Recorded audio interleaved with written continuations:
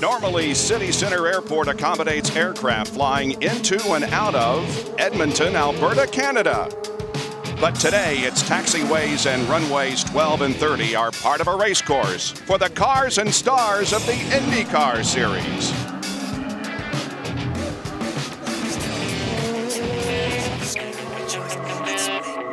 The art of building a season into a championship. Two drivers, one team, defying dominance.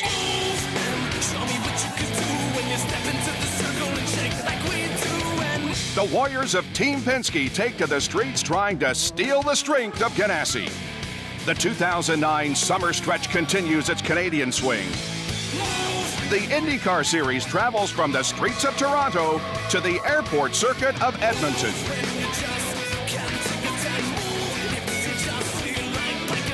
Seven races remain on the road to the championship, and only verses will take you there. The field is set. The time is now. Each driver must make a move toward the season title.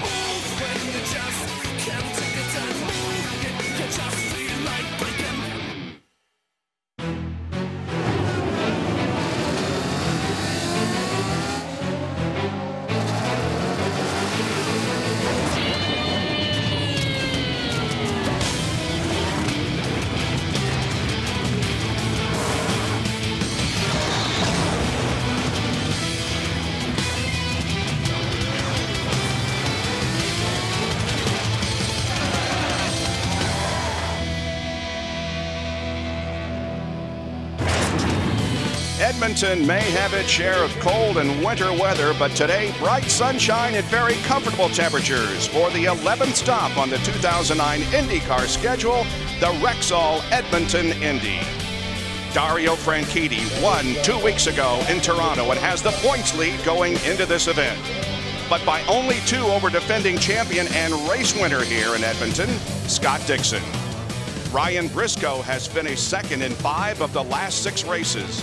And Canada is represented today by Paul Tracy and Alex Tagliani, both of whom ran very well in Toronto. Welcome to INDYCAR Central on Versus as we begin the final 7-race stretch that will lead to the championship, the season finale at Homestead Miami Speedway in October. Paul Tracy is a native of suburban Ontario, Toronto, but certainly a fan favorite anywhere he races in his home country. Lindy Thaxton is down on pit lane with more. And Bob, 2 weeks ago, almost an international incident drama between Canadian Paul Tracy and Helio Castroneves on the streets of Toronto. The two collided and the crowd reacted. Carpenter and Rahal have contact. The tech inspector had his arms out to signal for pits closed. The team essentially ignored him, but while the stop was being completed, the official gave a thumbs up. Dario was in the pit lane when I was still on the track. I think it's just a racing incident. Paul Tracy challenging for second place. Mark James as they head down that long back straightaway to turn number 3. Takes a peek for the inside, will force Helio high, and they bang wheels, and Helio wants to spot, pushes Tracy into the wall. And here we are in Canada again, and Paul, you and Helio both said that was just a racing incident. How do you leave that on the track in Toronto and start fresh here in Edmonton? Well, I really have to, you know, and we're here to support woundedwarriors.ca and Edmonton dealers or Honda Edmonton dealers. You know, we've had a great race, but we've had a great weekend here. We've run up front all weekend, got an okay qualifying position, but the car is fast, and I feel that with a good race today, we can challenge for a win again. And you missed a top 6 start by just a 1/10 of a second. You say it's a shame, but you know you're stepping into a good race car. You can have a good car, but what else does it take to be successful here at this track? Well, it takes having a good car. Obviously, it's a very fast track, but you know, you've got to have the energy physically as a driver at the end of the race. This is a tough race. It's hot today. The wind has kicked up and changed direction, so it's going to make the handling tough in the race. And having the stamina and the energy at the end of the race, the last 20 laps is going to be the most important. Paul Tracy starting 9th, and here's Robbie Floyd with Helio. Thanks. Elio Castroneves trying to change the mojo that you left Toronto with. What was up with the shirt? I saw you the other day with the number 15, and I love Canada. That's right. You know, I want to make peace. I want to make sure that, unfortunately, you know, there was an incident that, you know, neither of us would want to happen. You know, Paul or I mean, I'm fighting for the championship. Paul always want to win a race. It's one of those things, and I cannot the fans end up looking like boo and I think.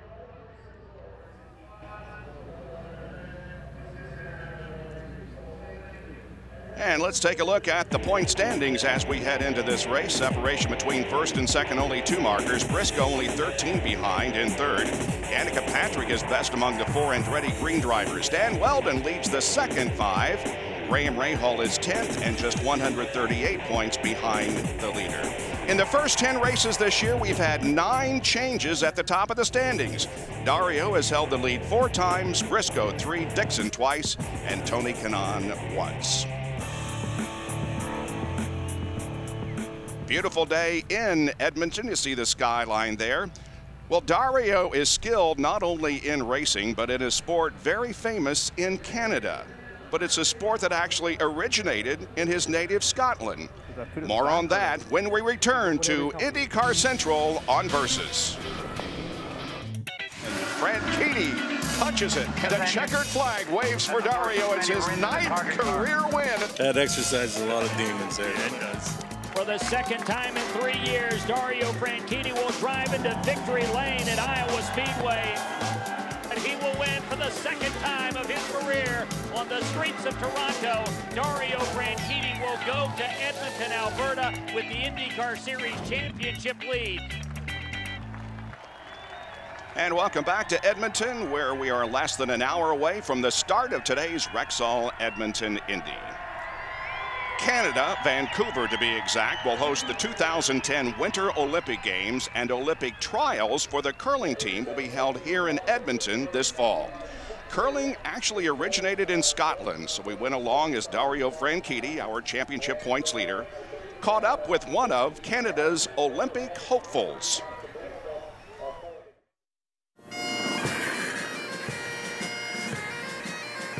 Everyone knows that the sport of golf was invented in Scotland, but not everybody knows that the sport of curling was invented there too.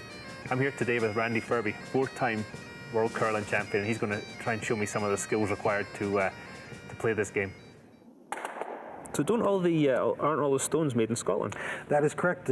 Most curling stones worldwide come from the island of Elsa Craig in Scotland, and they all weigh about 42 pounds. 42 pounds. That was Ireland in the background last week for the Open, wasn't it? That's correct. I remember. We talk about that quite often. That was a fact we got taught at school. Yep. See, Scotland's taken over the world. So how about the shoes? What's the deal with those? Very interesting shoes. One side's got a sliding material. I got a stainless steel. It just gives a little less friction on the ice, which makes it way more easy to slide and to push off from the hack. The other one is just basically a gripping shoe, which allows me to have a little bit of more traction on the ice. So do I put it back, or do I just... Whatever you're comfortable with, yeah. Okay, let's see this. Okay, that's pretty good. I think you're going to like that one.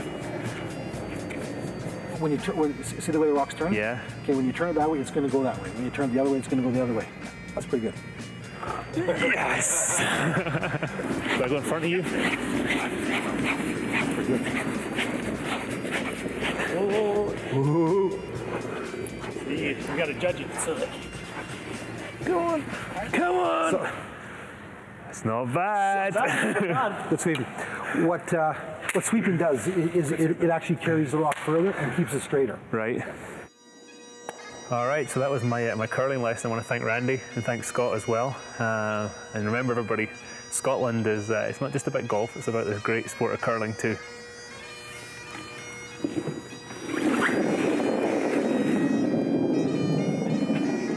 Hard. All right. Get the broom out. You can switch your camera off now. Don't think that one's going to make it. Yeah, I don't know much about curling, but I don't think that shot went far enough. Curling, one of those sports that I don't know a great deal about, but it certainly is popular in Canada, and one that I like to know more about. Well, the drivers are making their way around the race course, saluting the fans. We will be back with more in just a minute on INDYCAR Central here on Versus. Well, Toronto had excitement from beginning to end, so IndyCar Series competition president Brian Barnhart was very busy. One point of contention was the placement of Dario ahead of Tracy when a caution came out. Now, Franchitti was heading out of the pits at that time. So to clarify the rule, I spoke earlier this weekend with Brian. Brian, a caution is called for. Where do your eyes go? Well, obviously a caution's a busy time in race control. A lot of things happen at the same time. One of the things we focus on is identifying who the leader is, where the leader is on the racetrack, so we can relay that information to the pace car. We also immediately look for any pit lane activity. If a car is on pit lane, we have to determine his position as he exits the pit lane and rejoins the racetrack. We have to determine his position relative to any car that stays on the racetrack during the caution. That point's referred to as the blend line on the racetrack. Okay, so how does that all apply to what happened at Toronto between Dario and Paul Tracy? Well, keep in mind the blend line, a couple of things about that. It's only active and important under caution. You have to be under yellow for the blend line to be in play. And if you are under caution, what happened at Toronto, Dario was on pit lane in the 10 car when we went caution, and as he exited the pits and rejoined the racetrack, since there's no passing on the racetrack under a caution, when they rejoin the racetrack, electronically, through the timing and scoring information, they determine his position relative to the cars on the track. And the 10 car hit the blend line exiting the pits slightly ahead of the 15 car hitting the blend line out on the racetrack. So timing and scoring provided the information, said 10 in front of the 15, and that's the decision race control made. Brian, thanks for clearing it up. Thanks for your time, and have a good race. My pleasure. Thanks, guys. Now, of course, Brian was standing right here at the pit exit line where the pit speed limit ends. And then there's also an antenna that runs across the racetrack right to this little cone. That's the blend line he's talking about. The key words he used, it's only under play in a full course caution. So therefore, when you close the pits every time there is a full course caution, Robbie, it's very rare that the leader is ever in play there. It is, and we had to go back 4 years ago. Look at this at Michigan. There's Brian Herta under green conditions, 7th position. Here he is on pit lane. It goes yellow. It's yellow on track right now, so he's racing to the blend line. There's the blend line. Let's see where that lead pack was, where he was in 7th. There's the lead pack. He has beat them to the blend line. So even though the cars are going by him, Brian's going to go out ahead of him. There it is. Brian will come all the way around, and then that whole pack right there, they need to make their pits. Brian inherited the lead, and those donuts mean he won that race in Michigan 2005. Something we'll keep a very close eye on in today's race. Well, let's find out more about that curling throw that Dario had as we go back downstairs and Robbie Floyd. Well, Bob wanted to know about that curling throw. You said that wasn't some of your best work there, was it? No, it's almost a game of finesse, and I haven't quite got that finesse yet. But I had a lot of fun on that. It was really, really good fun. It was a lot tougher than you thought, huh? Oh, absolutely. My biggest problem was I was going to fall on my ass the whole time. But no, I really had a good time, and something I might even have a try at when I go back to Scotland. Well, you made it to the Firestone Fast 6 yesterday. Huge surprise for you. Do you think you figured things out in the warm-up maybe to help you a little more? Yeah, we think the car's pretty good. We made it better in warm-up for the race. We were a little surprised to get in the Fast 6. That was one of those laps I just dragged it around and hung on there. But hey, I got to say to my buddy Montoya, you did a great job today at the Speedway, and sorry it didn't work out there, and it was a hell of a drive. Well, he's starting in 6th place position. He has to move up 5 places and see maybe Mr. Will Power, who's with Lindy Thaxton. And Will Power on pole, and you say starting position really gives you an advantage, but you have to use it. So how do you plan to do that, especially starting right next to your teammates? Yeah, it's tough, you know, because if yellows fall, obviously you got to decide whether to come in or not. But it's definitely helpful if everything goes right. And you got a friend back there. Yeah, I know. It'd have to be Tracy for sure. And yesterday when you finished qualifying, you said that was the hardest lap you'd ever done in your life. How physically demanding do you expect the next couple hours to be? Yeah, I think it's going to be tough. You know, even this morning is a little cooler in the morning warm-up, man. It's physical. You know, I think you see a lot of guys fatigue and maybe a few mistakes. Will Power, thank you. And he has finished 6th or better in all 4 starts this season. Our own Jack Root is on assignment for ESPN, so joining our team this week is Kevin Lee. Kevin. Thank you, Lindy. It's great to be a part of the broadcast. Ryan Briscoe won the opener this year. He's been in the championship hunt and led the championship at times all season. He's finished second 5 of the last 6. You're going to start second here today. Elio is probably realistically out of the championship unless a lot of things go wrong. Does it affect you that you lose your wingman in the championship hunt? Well, you know, I'd never count him out. You know, I think we got a lot of racing to go, and he's, I think, 70 out of the lead, and you get 50 for a win. So we got a lot of racing to go this year, and you know, I think we all want to go out there and try to win these races and, you know, collect as many points as possible. But I think it's probably still very soon to be counting Elio Castroneves out of this hunt. What kind of impact does the start of the race have with 2 teammates surrounding you? How do you approach it?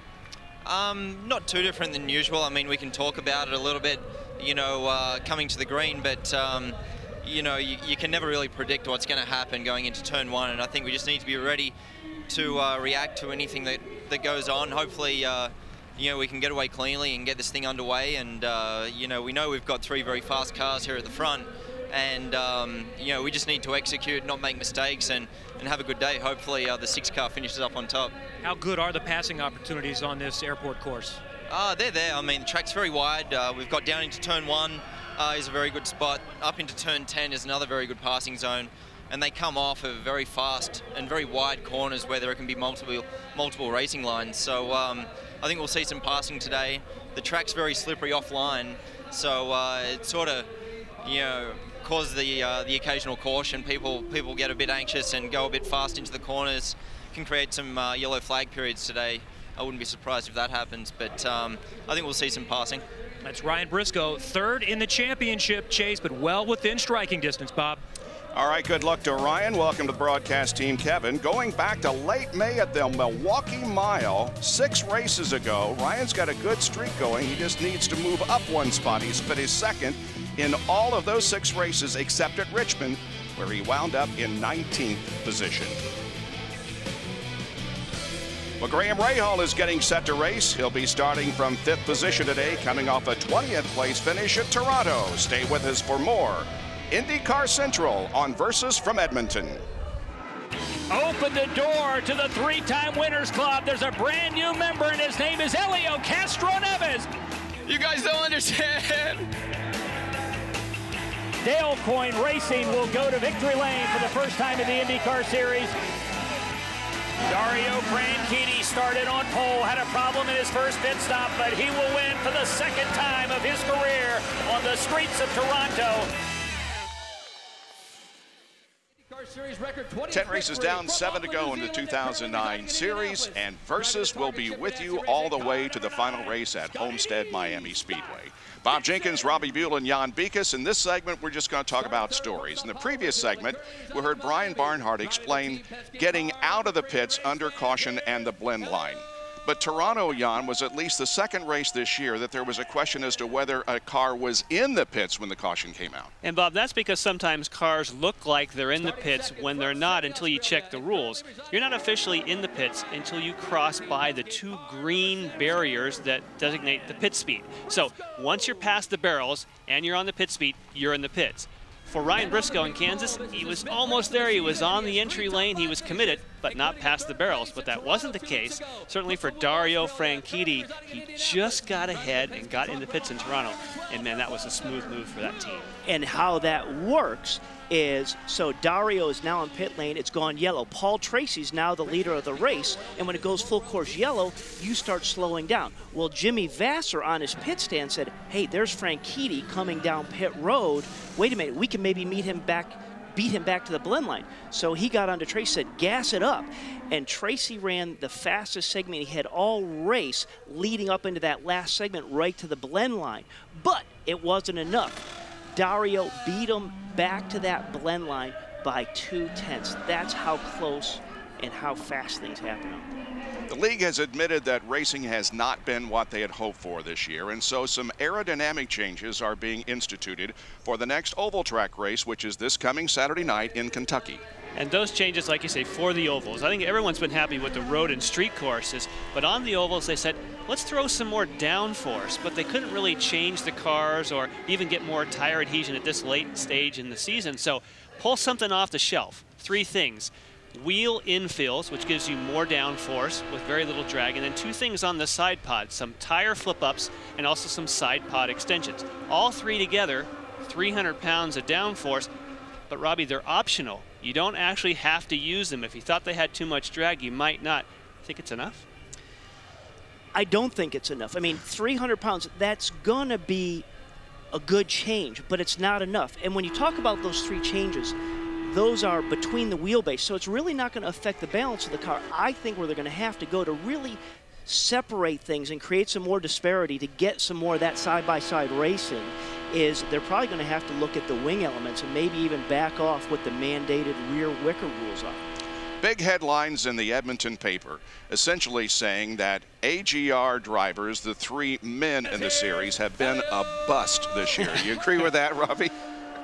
Well, they have. I mean, before we always talked about AGR in the same line as Penske and Ganassi as the big 3. Well, they haven't been able to keep up. And it's just so competitive in this series right now. I think all the teams are within 95%, but it's that last 95%, the last 5%. Everybody's in 95%. That last 5% that everybody's fine-tuning and just fighting for that little edge, that little bit of confidence that just makes that one guy stand up in the seat that day. And Robbie, I think when you get, however, to the road and the street course is that then you have a different animal. Certainly on the ovals there was the big 3, but when you get to the road and street course, it seems like it just throws everything out. And then teams like yours, I mean, that's got to give you satisfaction. You went to Andretti Green Racing. You walked around and said, man, this is one impressive facility, but you're whipping up on them. No, you're right. I just got, the first time I went to the AGR facility, I was like, wow, the depth and caliber of these people. I'm like, how do you compete with that? But it gets back to that little bit of confidence you have as a driver, a little bit of that momentum and mojo that a driver and engineer go in. That little 5% window, that's what can make the difference in this competitive series. And of course, there's always the Danica Patrick story. Will she be going to NASCAR? Now, after Toronto, she visited the Stewart-Haas NASCAR shops, and it fueled the rumors. Lindy Thaxton caught up with her earlier this week and asked her about her plans for next year. I drive for a really good team, and I like the people that I'm around, and we've been having a really great year, and we've been having a lot of fun. So, you know, it would take a lot. It would take a really good opportunity. It would take a really interesting opportunity, a really interesting challenge. But you know, no matter what I do, it's going to be with a great team, and that's the thing, is I already drive for one of those teams. So it would have to be a really interesting and different opportunity. Well, that was very undecided. Is she or isn't she? And very calm. I think she needs to stay right here in the IndyCar Series. There's still some business here for her. She needs to show results. She loves driving these cars. She can be in a competitive race car. She can win races here. This is where she needs to be. And I'm with you, Robbie. I mean, I can't comment from the money side or from the marketing side, but I agree with you totally. Unfinished business, you don't leave here until you've really just wiped up, like Sam Hornish. He certainly cleaned up in the IndyCar Series, and it wasn't an easy road, certainly on the Cup side. So hang on, Danica, you got time. Agree. Yeah, and time will only tell as to whether Danica will be back in the series next year or if she chooses to go stock car racing. Well, Elio knew it wouldn't be real good when he was introduced to the partisan crowd today, but I don't think it was bad as everybody was anticipating. A few boos, but the Canadian crowd greeted him very, very warmly. Elio Castroneves now gets set to go racing. Scott Dixon is trying to repeat as champion of the IndyCar Series this year.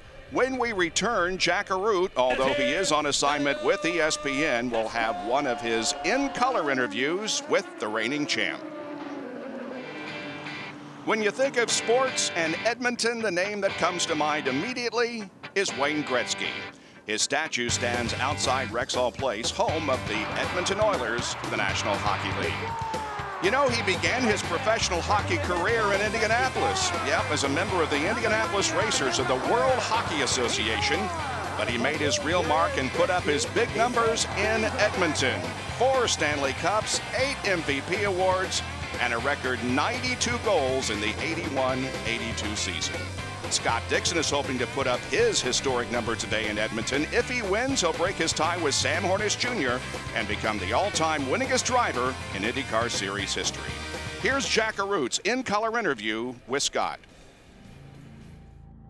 If someone said to you, Scott Dixon is an enigma, hard to get a handle on, how would you answer them? You know, I think, yeah, it definitely takes a little while to get to know me. You know, I think people that do know me, I'm not an arrogant prick. I'm just shy, and I definitely am. You know, I think it's been the upbringing from New Zealand. You know, everybody's kind of quite quiet down there. Nobody's really outspoken. They try and always let, you know, results or things they do in their life speak for themselves, opposed, you know, to just sort of blabbing it out there. Americans aren't as used to it as South Americans and guys from down under are, that in some respects you had to syndicate yourself to pursue your passion. Number one, how difficult was that? And then more importantly, when did the syndication stop and you start to enjoy some of the financial rewards that come with where you're at now?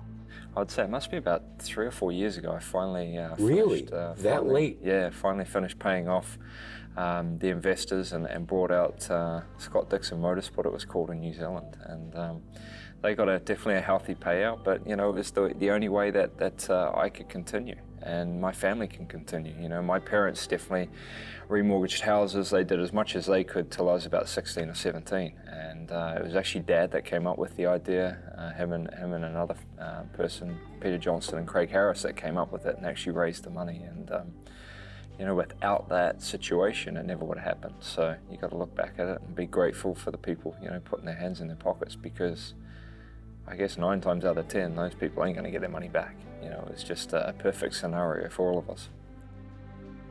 I wonder, 3 years ago, I mean, you had experienced a lot of success up to 3 years ago. Did you ever have a tough time and go, when is all this going to be over, to where I can begin to financially get on my feet?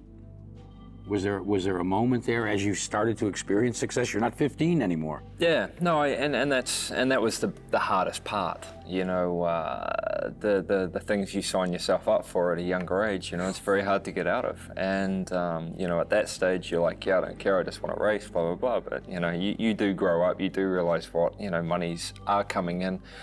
And you know, when you see the majority of it going straight back out to some other group, it makes it tough.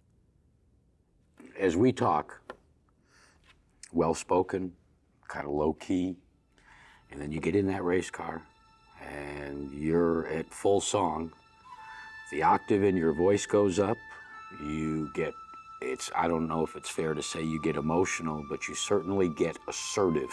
Yeah. Are you aware of that? You know, I think all of us, once you put the helmet on, man, it's just complete rage. You know, it's just trying to control it is probably the toughest part. Do you consciously try to control it when you're in the cockpit of the car? You know, I think for me, that's maybe where I have quite a good sense of, you know, realizing when I need to just calm down a bit. And, you know, I am quite laid back, so I think for me it's harder to work myself up. But, yeah, it's rage a lot of times. So Scott Dixon wants to win. Where is the line for Scott Dixon where it becomes win at all costs? It can't always be your day. You know, you can't have a season every year like we did last year. The competition level is through the roof, and no, I love to win, so I love, you know, trying to beat the best people at it.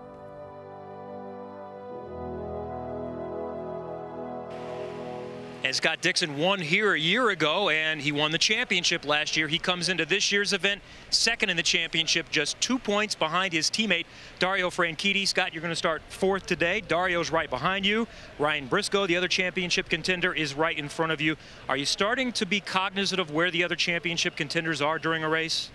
You kind of are. I think you got to treat it still as just a single race weekend. You got to go out and try and do what you always do and win. And you know, we started in the 4th position last year, so you know, hopefully we can come through with the target car and you know, gain some more points. But definitely with the 3 Penske's up in front, you know, might be a lot of team tactics going on, and it's going to be pretty crazy, I think. But so we just got to, as a team, try and work out how we're going to jump at least 1 or 2 of those guys and try and go for the win at the end. That's what I wondered about with those 3 in front of you. How difficult is it going to be, not just to get by one of them, but to try to jump all 3?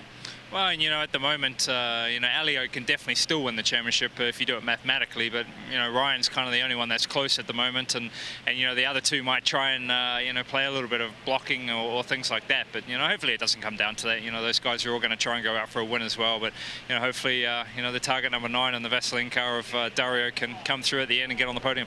Good luck today. Thanks, man. Cheers. That's your defending champion and the defending race winner, Scott Dixon.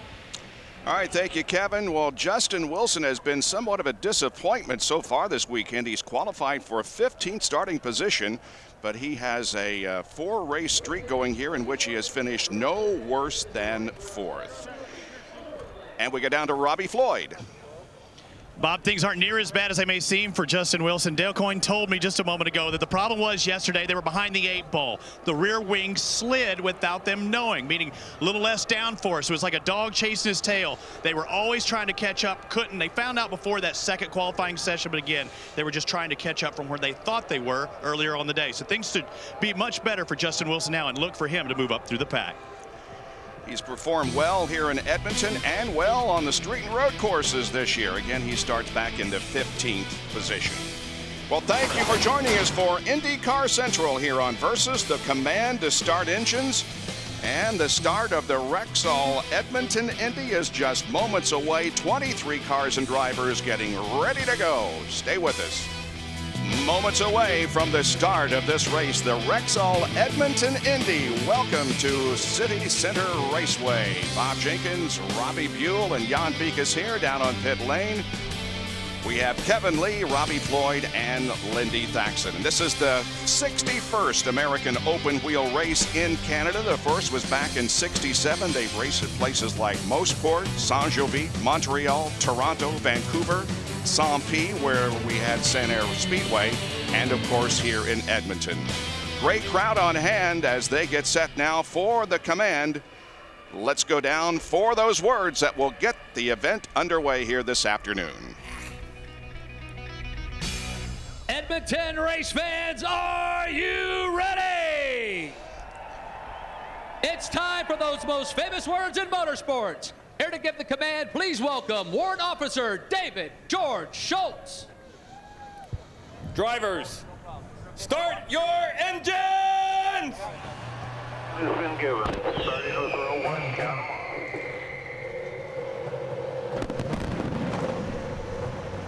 Will Power starts on the pole today.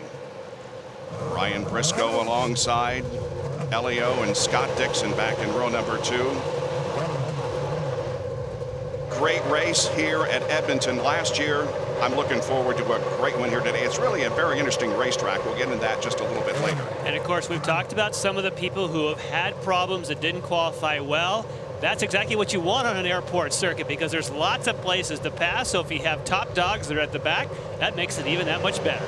And on these airport circuits where it's so wide, sometimes it even you don't have a wall right there on the outside. It actually sucks you into the corner even more, thinking you can challenge it and creating a little bit of shakeup amongst the field just because you don't have those walls right there and you have it where it's so wide around this track. And you may also notice almost every car on those red sidewall tires, only 3 drivers have chosen today to start on blacks. Jan, it's a 1.973 mile track with 14 corners.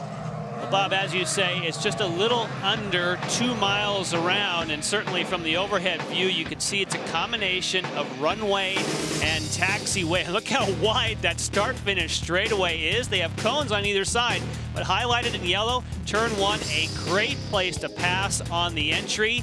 Some really tight turns. Slowest turn is turn 7. Then spool it up. Another great place to pass. Again, highlighted in yellow. And if you don't get it done there, you have another shot at turn 11. The fastest chicane any place on the whole IndyCar circuit. Turn 13 and 14 between 140 and 150 through there.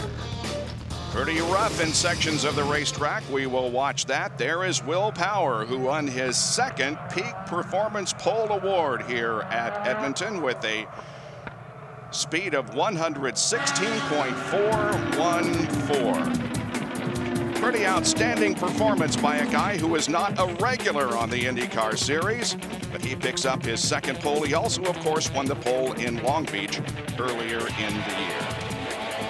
Peak Performance Pole winner, Will Power. All right, let's take a look at the starting lineup for today's race. Ryan Briscoe is on the outside of row number 1, so although Will Power's team is really Penske Racing, it is 3 Penske cars that start at the front of the field. And it's going to absolutely make it interesting, as we heard from Scott Dixon, is, okay, how's he going to combat that juggernaut ahead of him? Back in row number 3 for today's race, Graham Rahal and Dario Franchitti. In row number 4, it's Mario Moraes and Rafa Matos. In the 5th row, Paul Tracy and Robert Dornbos. Row number 6, Mike Conway and Hideki Muto. The 7th row will have Tony Kanaan and EJ Viso. Justin Wilson and Thomas Schechter start in row number 8. In the 9th row, it's Alex Tagliani and Marco Andretti. Row number 10, Richard Antonucci and Danica Patrick.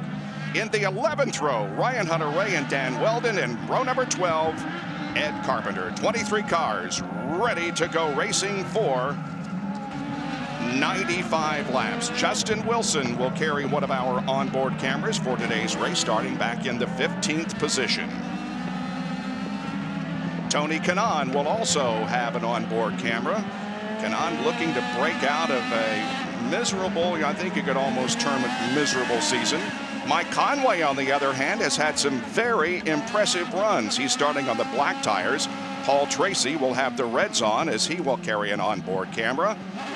Graham Rahal also in the O2 McDonald's sponsored car. And finally, our pole sitter will have an onboard camera, as he will lead the field to green in just a moment. But first, let's go down for a recap of some of the things that have happened from Kevin Lee. Bob, we're looking at probably 2 stops. Everybody's going to try to get it done of those running up at the front in 2 stops. You can get about 33 laps on a load of fuel. So 31, 34, pretty tight fuel window. You'll see some of those starting in the back. Go in early, make it a 3-stop strategy, and try to get off sequence. 3 are starting on black tires. Weldon is the only one starting on red scuffs, but quite a few teams in the back have an extra set of these red sticker tires. And the Apex Brazil green flag comes out, and here we go. Great overhead shot as they race 3 wide.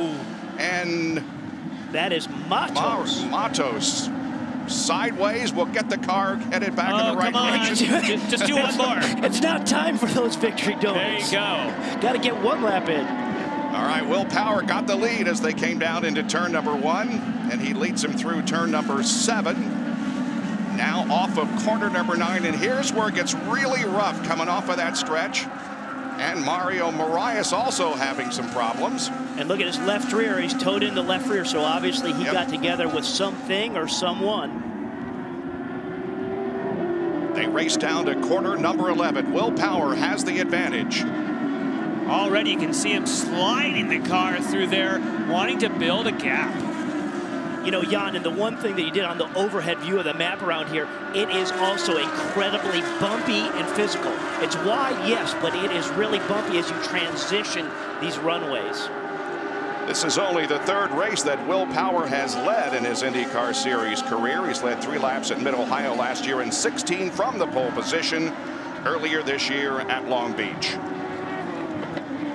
Briscoe, Castro Neves, second. Oh, and Mike Conway is off course. Not the plan, boys. Not the way that you had hoped to see the first laps for Mike. But of course, the great news is that, and he's coming back into turn 1. That means he lost it in the super fast chicane that we were talking about. And on the black sidewall tires, you're not going to have quite the level of grip. We know that Mario Moraes on pit road, we saw that left rear suspension was damaged. He'll either jump out of that car or they'll take the time. But that's going to be a fairly lengthy repair, certainly putting him laps down. Yeah, and that's what they're looking at right now. But you know, where Mike Conway went off in that fast section chicane, we haven't seen anybody off there all weekend. That's right. We've seen people off everywhere. Turn 3, turn 9, but not there.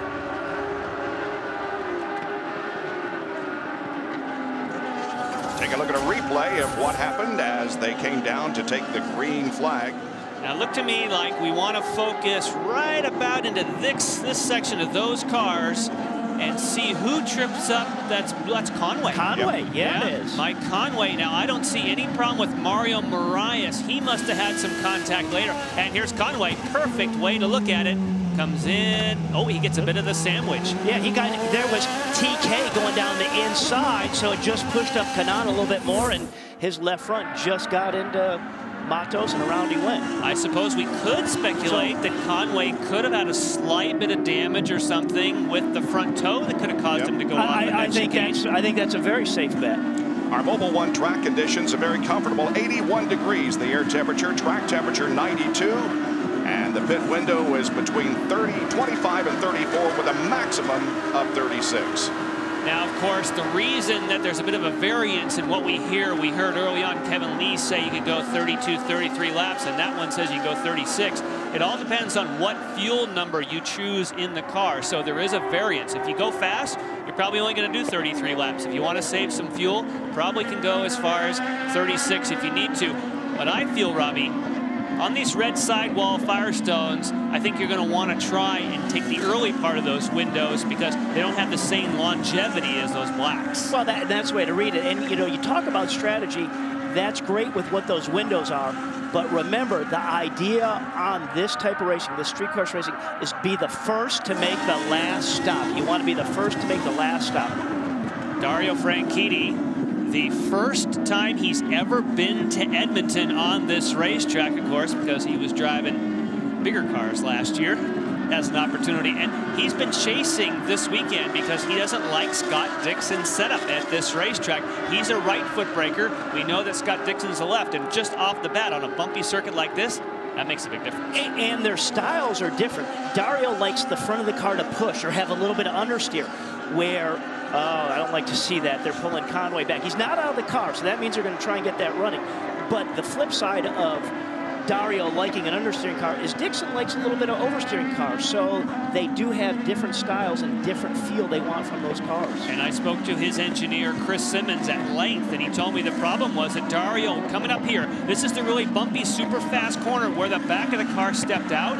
He said we could fix it, but then we end up with too much understeer, and we battle it every place else. And he's being chased by Paul Tracy. He has moved up 3 positions. The driver who has moved up the most in the first 5 laps of this race is Ryan Hunter-Reay, who has gained 6 spots. Well, if Tracy has arrived, that's on board with Paul Tracy right there, coming towards that fast chicane, 140 miles an hour. But if he has any race car like he had in Toronto, he is absolutely going to be a threat to charge up through this field. Robbie Floyd. Well, you talk about Paul Tracy moving up through the field quickly. Evidently, he might have moved up a little too quickly for his teammate in the KB Racing's machine. Mario Marias is now out of the race. He said it was when Paul Tracy made contact with him. It broke the drive shaft, so Marias is out of the race, although Tracy's now starting to move up. Whoa, Robbie. Hey, it would be worth checking with the team to see if Paul, usually if you have 2 team cars hit each other, it's not damage-wise reserved only to 1 car, which is what we're speculating on for Mike Conway. So it'd be great to know if Paul Tracy has maybe a wounded like car. Maybe he's a wounded warrior. Okay, let's take a look at it. There's his teammate right on the inside. There's Mario. Look out. No contact Didn't happen there. That's turn 2-3, about 115 miles an hour through here. Yeah, put down it in there, the Paul. inside. And Powie. There you go. Tracy's car looked to be okay because that would be the right front, and it's not damaged right now. 7 laps completed here at Edmonton. Will Power, the pole sitter, has the advantage over Ryan Briscoe by about 1.1 seconds. Running in 3rd position is Elio Castroneves. Scott Dixon is 4th, and Dario Franchitti, your top 5. Stay with us for more IndyCar racing on Versus. 95 laps, 187.5 miles of racing here at Edmonton, and we have completed 8 laps so far with Will Power showing the way since the drop of the green flag. But The pole position has never had a win here at this racetrack, so Will hopes to break that mark. It just takes willpower. Oh, very good, Jan. Very nice. You know, sometimes they asked him. You've been waiting for that one, haven't you? You had that in your back pocket. He had it written down. Yeah, he's like, there's the window. Yeah, a lot of people have said, well, if you weren't named Will, do you like your Will? And he says, you know, which is there another name that you like? He says, yeah, I think maybe Max. Tony Kanaan is running in 9th spot. And absolutely been struggling here this weekend just to find a happy balance in the race car. But you know what he says is, hey, we just have to keep our head down, focus every session and try and improve things every race. And it's not what he wants, but he knows you just got to keep pressing, trying things and pressing the right button to get it to work better. Ryan Hunter-Reay is the biggest mover so far. Dan Weldon also has improved his spot.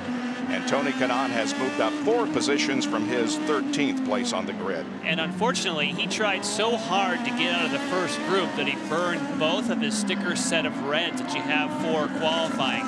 So he's not going to have the same tires that some of the other people might have available, because he knew already he was in trouble and how much work it was going to take even to get out of the first group. But if I'm him, I want to run both those red sets to try and get up into the top 12. I don't disagree. I don't think it's a bad thing. That was just the position they were in, and they had to do it. Yeah. Go down to Kevin Lee.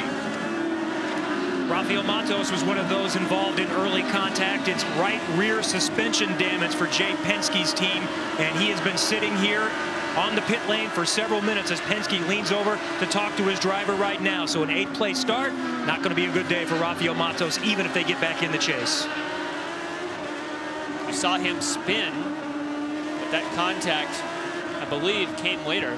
So his original spin was clean. Yeah, and you know, the frustration for the crew, for Jay Penske, for Rafael, you know, you're here working so hard all weekend, and they had a good, solid top 10 qualifying run, and then you get spun on that first lap. I mean, it's rejection beyond belief. It really is. I mean, the focus you got to have to just come back from that is. And he's won twice on this racetrack in Atlantics in '07. Rafael Matos registered 2 wins.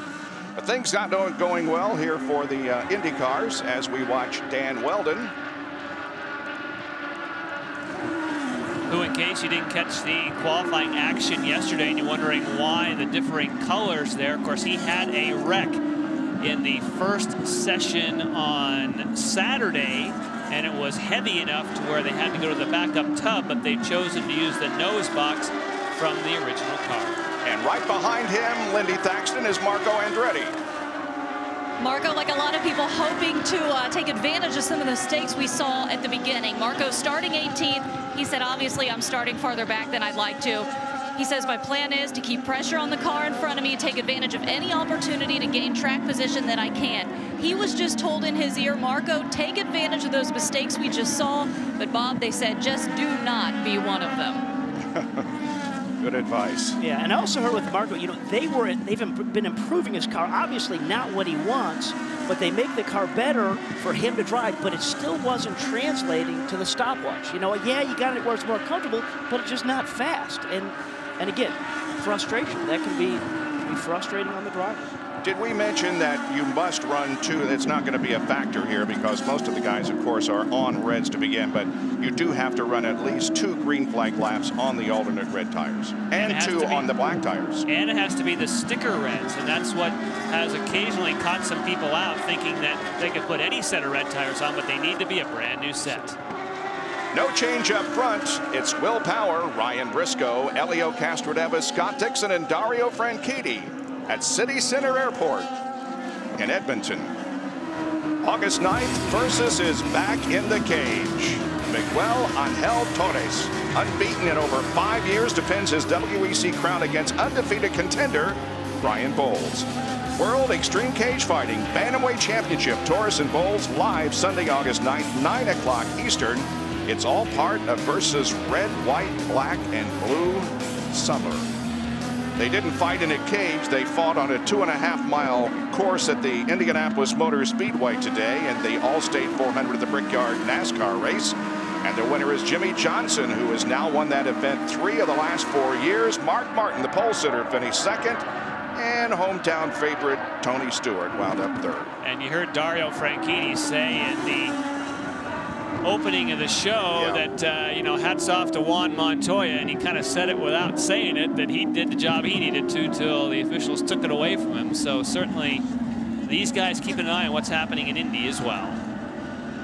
Battle between the two Team Penske cars here. Ryan Briscoe running second, Elio Castroneves right behind him in third position, and up ahead of them is the Penske Racing entry of Will Power.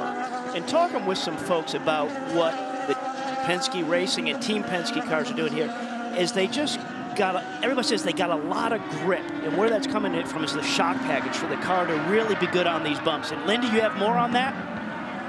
Now, someone is missing from the Penske camp here, and that is Roger Penske. Clive Howell is calling the shots for Ryan Briscoe this weekend. Penske, as you know, never really misses a race, but he is at the Brickyard this weekend. Clive has called the shots for Ryan Briscoe before. As you can see, Ryan Schechter here in turn 2, and there we're on board with Will Power. But back to Clive Howell. He called the shots for Ryan when he won Surfers Paradise in Australia last year. He has a lot of time with this team. They feel very confident in having him here this weekend. And the reason you saw Clive Howell just kind of jumping over the monitor there is we saw Thomas Schechter get into trouble, and he needs to know immediately if they might go yellow, because they're out there running on the red sidewall alternate Firestone tires. And I think the reason we're not seeing a lot of challenges between the leaders right now is they're babying those tires, because in your first stint, Robbie, you got to take it easy on them. But Firestone has done a fantastic job with this alternate tire. Yes, it has more grip. It doesn't have the life as the black one, but it really, talking to everybody, is these tires can go a full stint, but at the end of it, it may just lose a little grip and a little bit of pace. And that's what you're saying is Clive is looking to see what the lap times are and if it's going to go yellow, but we're still only at lap 17, so we're not to that first pit window, but you always got to be thinking strategy all the time on the pit stop. But the amazing thing is the choice that your team made with Mike Conway to go with blacks, I think was the right choice if there weren't any cautions early. So you got to be kicking yourself right now thinking, hey, we got no cautions, but my guy's out. Not a good day for the Dreyer and Reinbold team as Thomas Schechter, we saw him in trouble. Robbie, what's the story? Thomas Schechter in and out of the pits. They took off the reds, put a pair of scuffed blacks on. It looked like he was complaining that he thought the right rear suspension was broke. They looked, they wiggled, they did everything they could. No adjustments, and they sent him back out. So things may be all right. It may be one of those things when you have contact and you feel like something's wrong, and it may not be wrong. Who knows? We'll find out here shortly. He's dropped back to 20th position and is a lap down. Well, the front wing is kind of, yeah, see, the front wing is flapping. There's definitely something wrong. See how it's a busted shock or something. You see all the movement over those, and he knows it. Thomas knows something's wrong, letting Will Power by, and he's even cutting the course. But look at how the car is just harshly hopping like a go-kart. That was the rough part of the racetrack, but it's not normally that rough. Is there something busted on the left rear in there with shadows? I don't know. Well, maybe we'll get another back shot to see. Oh, that's frustrating for him and the whole Montevideo crew that's up there. And for me, sitting here.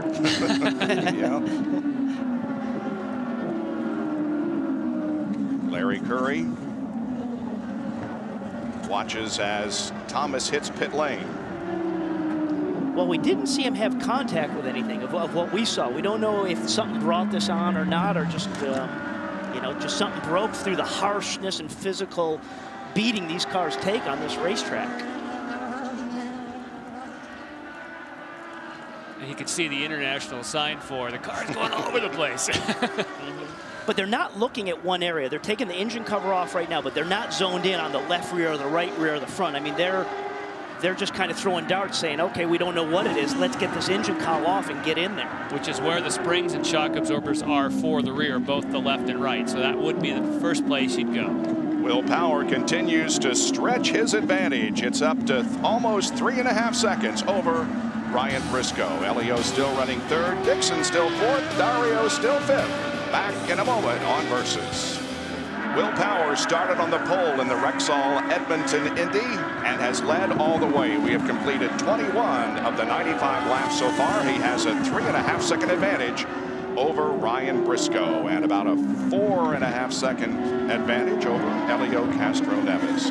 Here is EJ Viso and Justin Wilson as they are running in the 10th and 11th positions.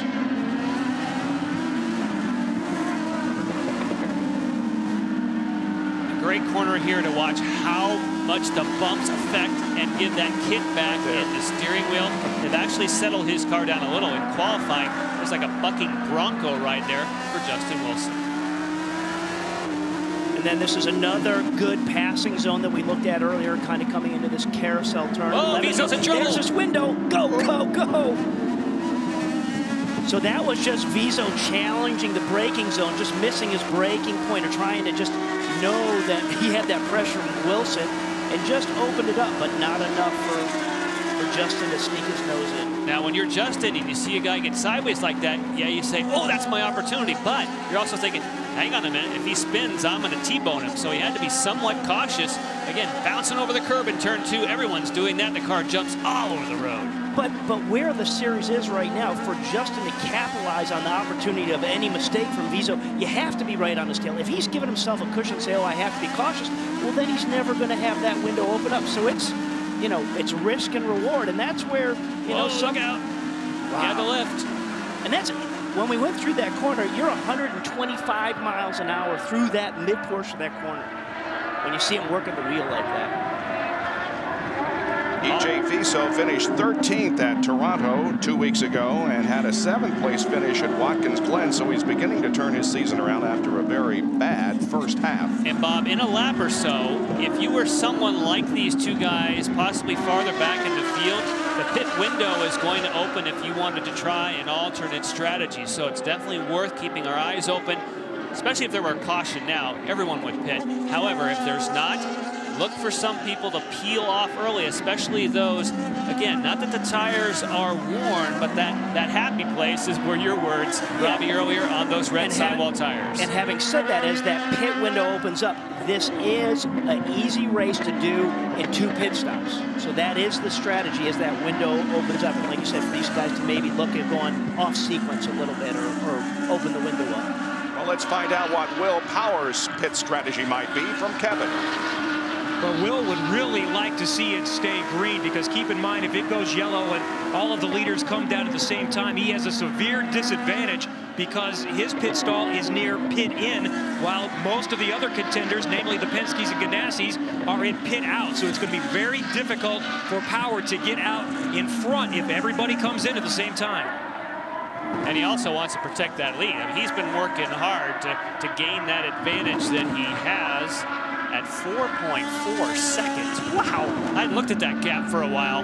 That's impressive. Yeah, that's you have a driver right there he's getting in the zone, and he is so fast on these road circuits. And again, that's why Roger Penske and Penske Racing is giving him this opportunity of doing some racing, because they see the potential in what Will Power can do. The last time Penske-owned cars finished first, second, and third in open wheel racing was in September of 1994 at Nazareth, Pennsylvania.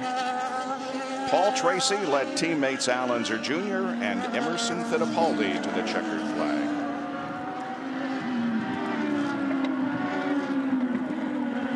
And the last time they qualified first, second, third was 94 at Mid-Ohio. So it's been quite a while since we saw a Penske sweep of the top 3 positions. It could very well happen today. And if you look at the race speeds, the race laps, right now Power, Briscoe, and Castro-Neves are absolutely the fastest cars on the racetrack and done the fastest laps of anybody out there. Will Power's now led more laps today than the rest of his IndyCar Series career combined. He's led 25 laps today and 19 total laps coming into this event at Edmonton. Stay with us. We'll be right back. Welcome back to Edmonton, Alberta, and the Rexall Edmonton IndyCar race. We are 28 laps into this 95-lap race, and Will Power, the pole sitter, has led all the way so far. Watching the battle for 10th position as EJ Viso has continued to hold off the challenge of Justin Wilson. And if I'm Justin Wilson, I mean, he doesn't make those calls, but I'd be on the radio saying, let's take the early pit strategy. Let's pit now, get out of sequence in case there is a caution, and you get that free pass to the front because the window is open. If I'm not in the top 6, I'm calling my guy in now. And there's also the strategy, you know, on road course racing is put our driver, put Justin Wilson where he can go as fast as he can on that racetrack. And right now, he's being held up. So take advantage of saying, hey, let's get him out of sequence and maybe get him back where he's got some clean running and can run a second faster than he is right now.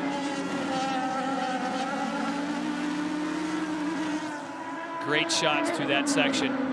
You think of street and or road courses, but this thing is fast. They're coming on the slowest part of the racetrack right there at 60 miles an hour, but that's about it. The rest of the time, Robbie, you're flying. And that's turn 9 right through here. Look at the bumps as they come off there. See the bumps? See that rear wing just go up and down? And it's not just bumpy there. It's at the apex all the way through there.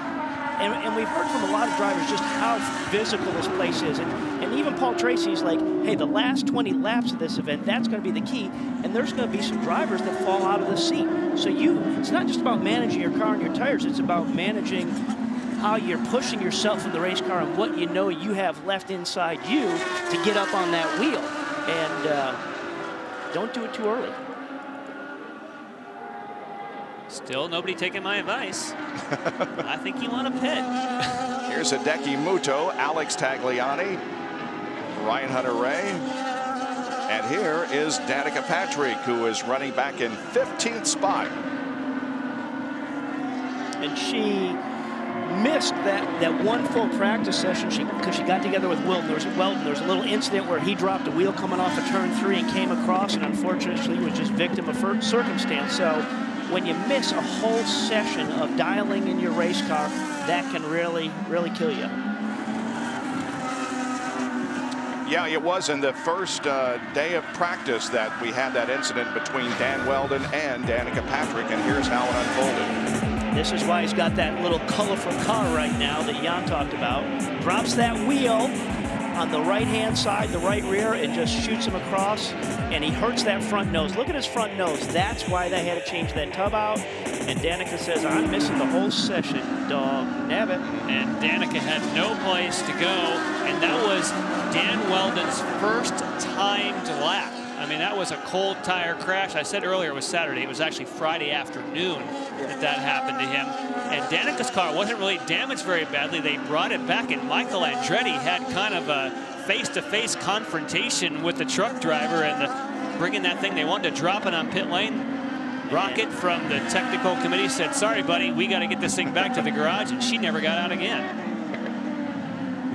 Danica finished 18th last year here at Edmonton. But really has had a very solid year, really been the leader of what the AGR guys are doing. And I think part of her learning curve and her growing as a driver, remember who's on her stand and who's calling her strategy is Michael Andretti. And there's nobody that can watch and see a race and how it unfolds and develops to help a young driver coming along. You know, just he's been there, he's won so many races. What a great guy to kind of draw from his knowledge base of racing. Back to this Dan Weldon and Marco Andretti battle for the 14th spot. And the reason I keep calling for someone to pit is that you can, here we go, right on cue, EJ Viso. Now, what will happen with EJ, and you can see that was Ryan Hunter-Reay also stopping. If there's a caution between now and when the leaders pit, they get a free pass. But I see the leaders are already getting set up to pit. Dario Franchitti doesn't want to get caught. And so let's just make note, this is lap 32. So that's when the pit window for these guys, they felt opened up. Dario hits the pit box and the crew goes to work. Going to blacks. So the middle stint, they're going to do blacks. Paul Tracy in right now, guys. I wanted to tell you, though, it may not also be he's not playing his cards. He's not showing his cards. I think he's been saving fuel this entire time. He told me before the race, I think it's going to be maybe a fuel strategy thing. I don't need to go out there and run so hard, so save a little fuel. So he's really not showed his cards yet. I think he's a lot faster, and look for him as the race progresses. Well, he was running steadily in 6th position when he came in for the stop, so he certainly was staying right up there amongst them. And now he gets to battle with Danica. And here's the leader, Will Power. Will Power changed to the blacks, takes off the reds. I'm not seeing any wing adjustments, nothing there for Will Power. Looked like a fast start with no adjustments, now back out on the slicker blacks.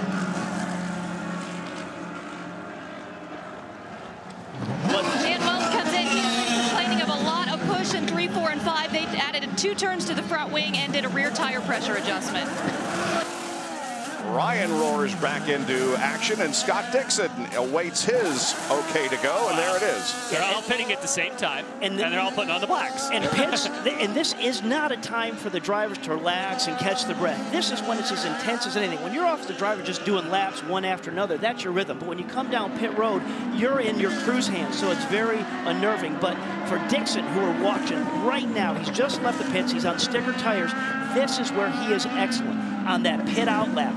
This is so important, the pit out lap on cold tires and your pit in lap. Yeah, but Kanaan just got it. Kanaan beat him because he pitted on the previous lap, was keeping an eye. Wow, look at that thing, got airborne going across the bumps. That at pit out, did you see that? Here's one of the late stoppers, Castro Neves. He gives up the lead to come in for the stop. And the Team Penske crew goes to work. Down to Lindy. Elio Castroneves saying this morning, we have 3 guys that push on the gas really hard, and that's making me work as hard as I can here. He's now back out on the track. Now let's watch the relationship, because he's been running fast, but is it better off staying out later and picking up time? Or is it better to get the fresh tires early? Typically, if you run longer, oh, he's ahead of his teammate. And where's Will Power? Okay, so he jumps 1 position. Right, because Briscoe was ahead of him prior. Yep. And again, that comes to your pit in lap, your pit out lap. You really want to take advantage of, you know, laying down lap. And, you know, I talked about Dixon earlier. And whoa, we got a fire. Big fire with Kanaan. Get him second out. time. That happened in Milwaukee. Wow. Look at that. Well, they're way on that to get him out of there and get everything they can. I mean, notice all the different teams pitching in there, the Target guys, Penske guys. Now, he had already pitted, so he was not on his way into the pits. Guys, I'm right here. They've got Tony sitting here on the concrete barrier next to the pits. As you saw, they were spraying that entire car, and Tony, he is moving and talking. I'll give you an update as soon as I get one. What a scary situation, though, anytime you see fire. See, he knew something was wrong because he wasn't due to pit. And that's the same thing that happened in Milwaukee, was he had an engine-related issue, came in and it caught fire, but certainly not with that kind of force. Man, that flame's so scary. Yeah, Team Penske members coming over to see if he's okay. And there was definitely six Target Ganassi guys that were out there in those red uniforms. Yeah, I think he may have, he got definitely some heat in the face. Yeah.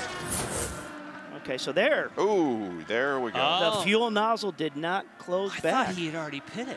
I thought we'd seen him in the pits. Well, that's the answer if you spill some fuel. And there he's driving back in. Now watch all these guys come to us. Look at this guy in the red here from Team Penske. Look at him run with the extension in the bucket. See how quick that is? Yep.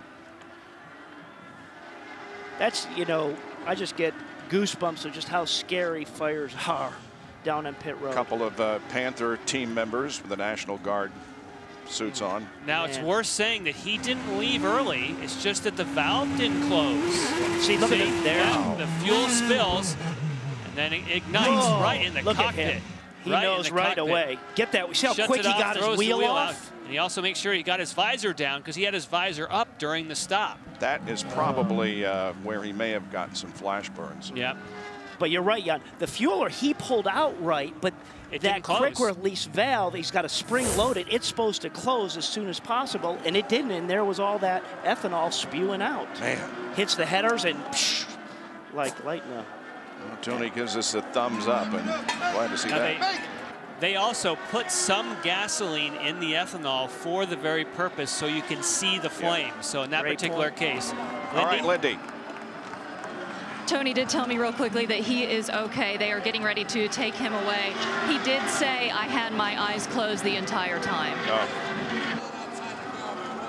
Isn't it amazing the presence of mind drivers can have sometimes in a race car, you know, as fast as everything happens?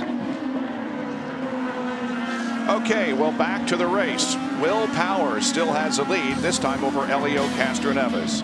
IndyCar nonstop on Versus. Stay with us. Well, next Saturday night at Kentucky Speedway, the Indy 300 as Versus Red, White, Black, and Blue Summer continues.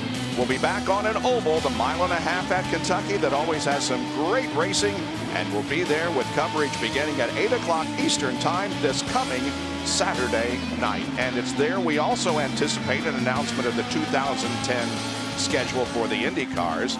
It was confirmed, and there are the races, by the way, that will take us all the way to the championship at Homestead Miami Speedway on October 10th. All those races on Versus will take you right to the checkered flag and the end of the season and the crowning of the champion.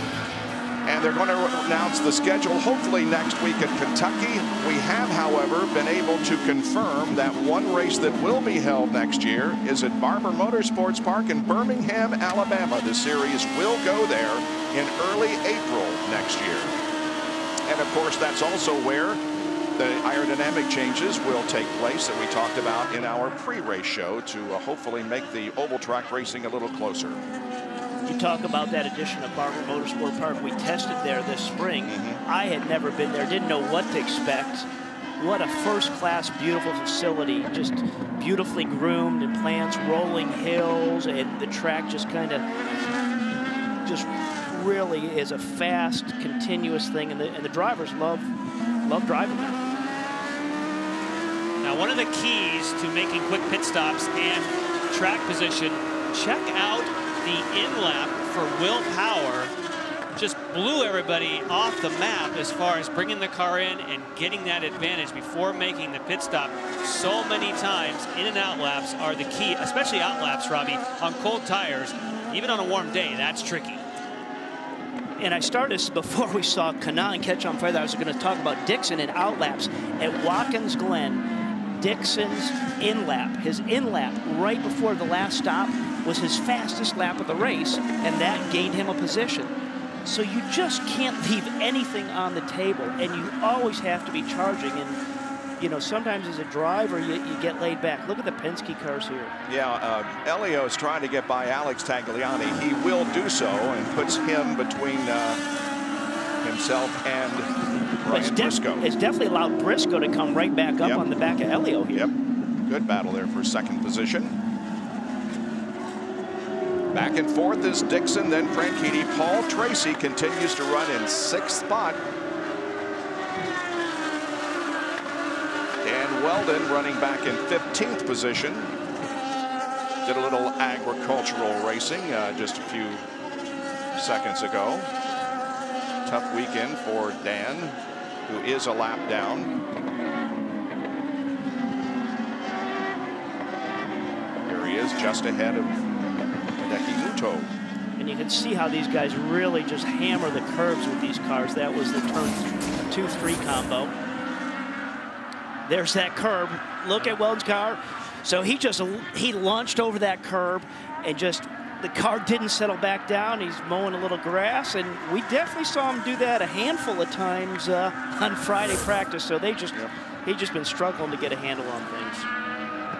Big difference between the first time that happened to him where he hooked a wheel, went over, and ended up in the spare car. So he's learned that when I get in trouble there, just straighten the wheel and go across the grass. And we saw how he ran that curb. Everybody's running that curb. That's the fast way to do that. And that's where I feel the Penske cars are so strong. Their drivers can clobber that curb, but then the car settles right back down, you know, and gives them that grip. They don't have to wait on the car very long. And that's, you know, they're showing their strength running 1, 2, 3.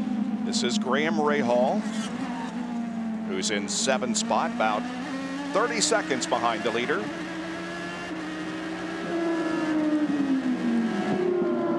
Trying to put a lap on Carpenter.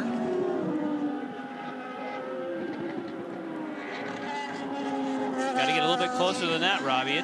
Yeah, and unfortunately, he can't do anything from turns 1 to 8 here unless you really kind of dive bomb it. He's got to wait till he gets off of that turn 9, that bumpy, fast turn 9. So he's just got to hold the phone a little bit here now.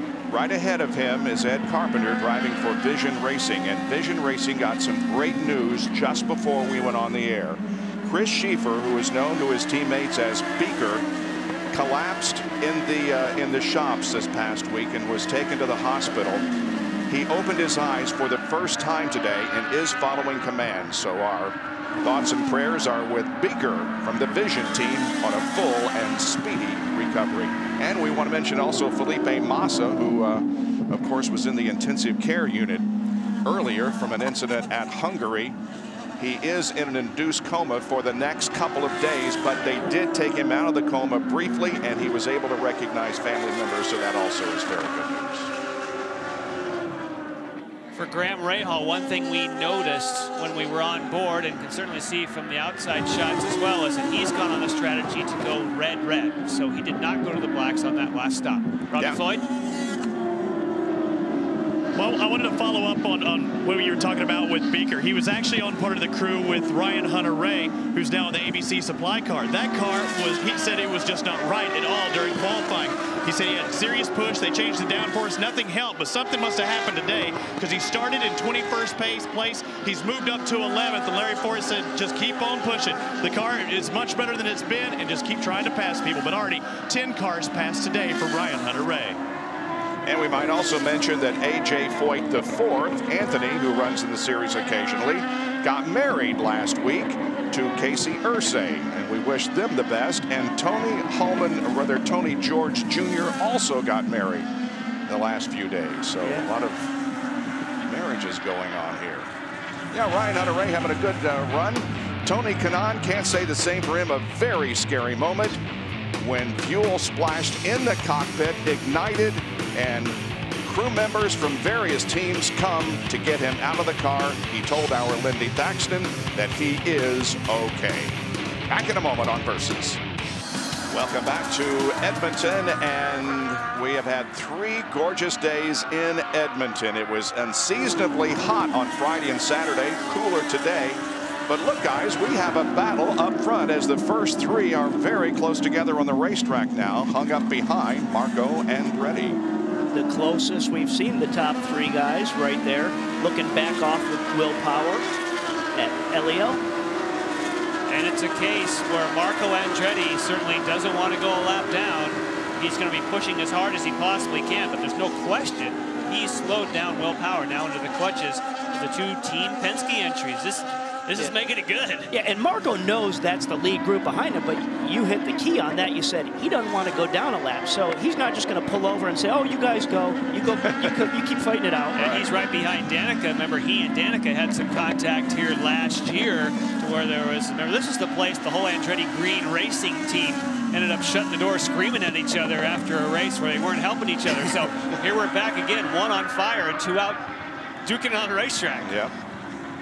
Marco Andretti is running 13th, and Danica is in 12th position. And a new coach hired by Andretti Green Racing.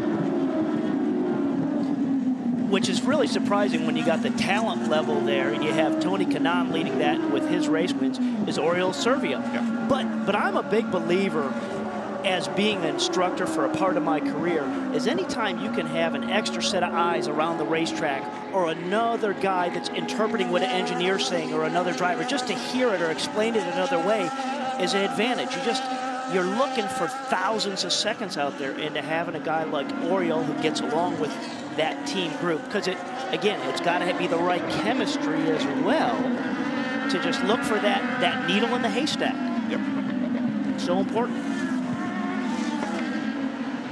Look at that. Elio's right on the back of Power. Yeah, Will is going to have to... Well, it's tough.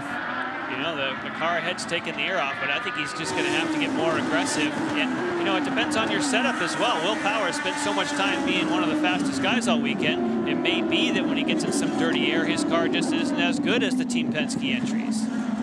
This is the 14th race Will Power has led in his open wheel racing career.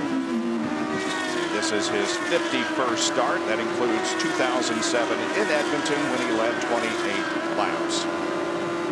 Consistently slower than he was going before. But as stout as he was at the green flag, you would have thought that he would have closed quicker on the back of Marco and challenged to get by him. But it just shows you as fast and as much flow there is at this racetrack, as he's getting closer there and just having a tough time to make a good clean run on it.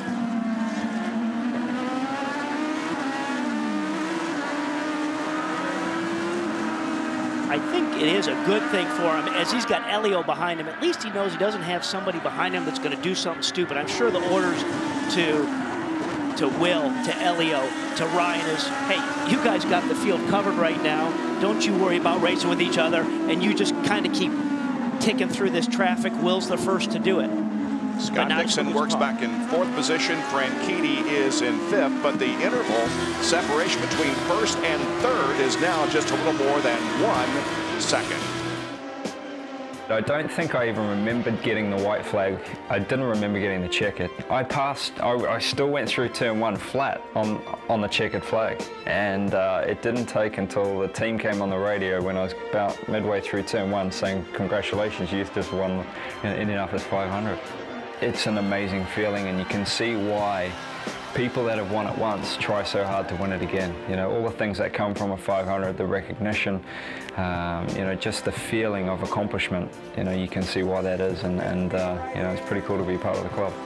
It's still very surreal, you know, it's just unbelievable that you can come, you know, with no money that far and be on the world stage and try and win such an amazing race that's almost been going on for 100 years. You know, you do have flashbacks, and to have those people around you at that point is pretty special.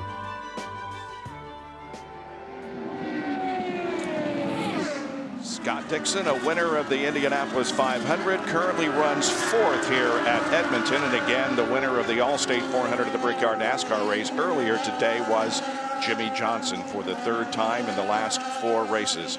Juan Montoya was dominating the race, got a drive-through penalty, and took him out of the event. And it was his last intention of the win. Yeah, and it was his last stop. Yep. You know, that was the last one, and off he was going, looking good. And they're like, called him on the radio. Sorry. On lap 50, the interval between 1st and 4th, Scott Dixon, was 5 seconds, and now it's half that. And that's because, of course, we've got Marco Andretti fighting to stay on the lead lap while he's following Danica Patrick and Will Power. You can see there's the whole group. Now, you may say, well, why do they not force Marco Andretti to move over? If you follow Formula One, when you come up behind a lap car, they basically make you pull over and stop. And if you hold somebody up for a couple of corners, they'll throw you out of the race. Here, probably because of the oval heritage, you're allowed. Marco Andretti is it's his right to try and fight to stay on the lead lap, and Will Power's got to make his way through. So completely different regulations, but boy, it's made a race out of it. And it has, but you know, Power hasn't even really gotten close enough to even make a run at him. Will Power, as we have the Rexall through the field, has led for 53 laps of the 55 that we have run today. He started from the pole position, took off at the drop of the green flag, and has only relinquished the lead when he made a pit stop. Running in 2nd position, right behind him, is Elio Castroneves, who ran 3rd in the early part of the race before the pit stop, but he got ahead of his teammate Ryan Briscoe, so Elio is now 2nd. Lindy? Elio, with his best starting position on a road street course this year, had the best of 8th in Long Beach. They just told Elio, do not give up position, but try to conserve fuel if you can.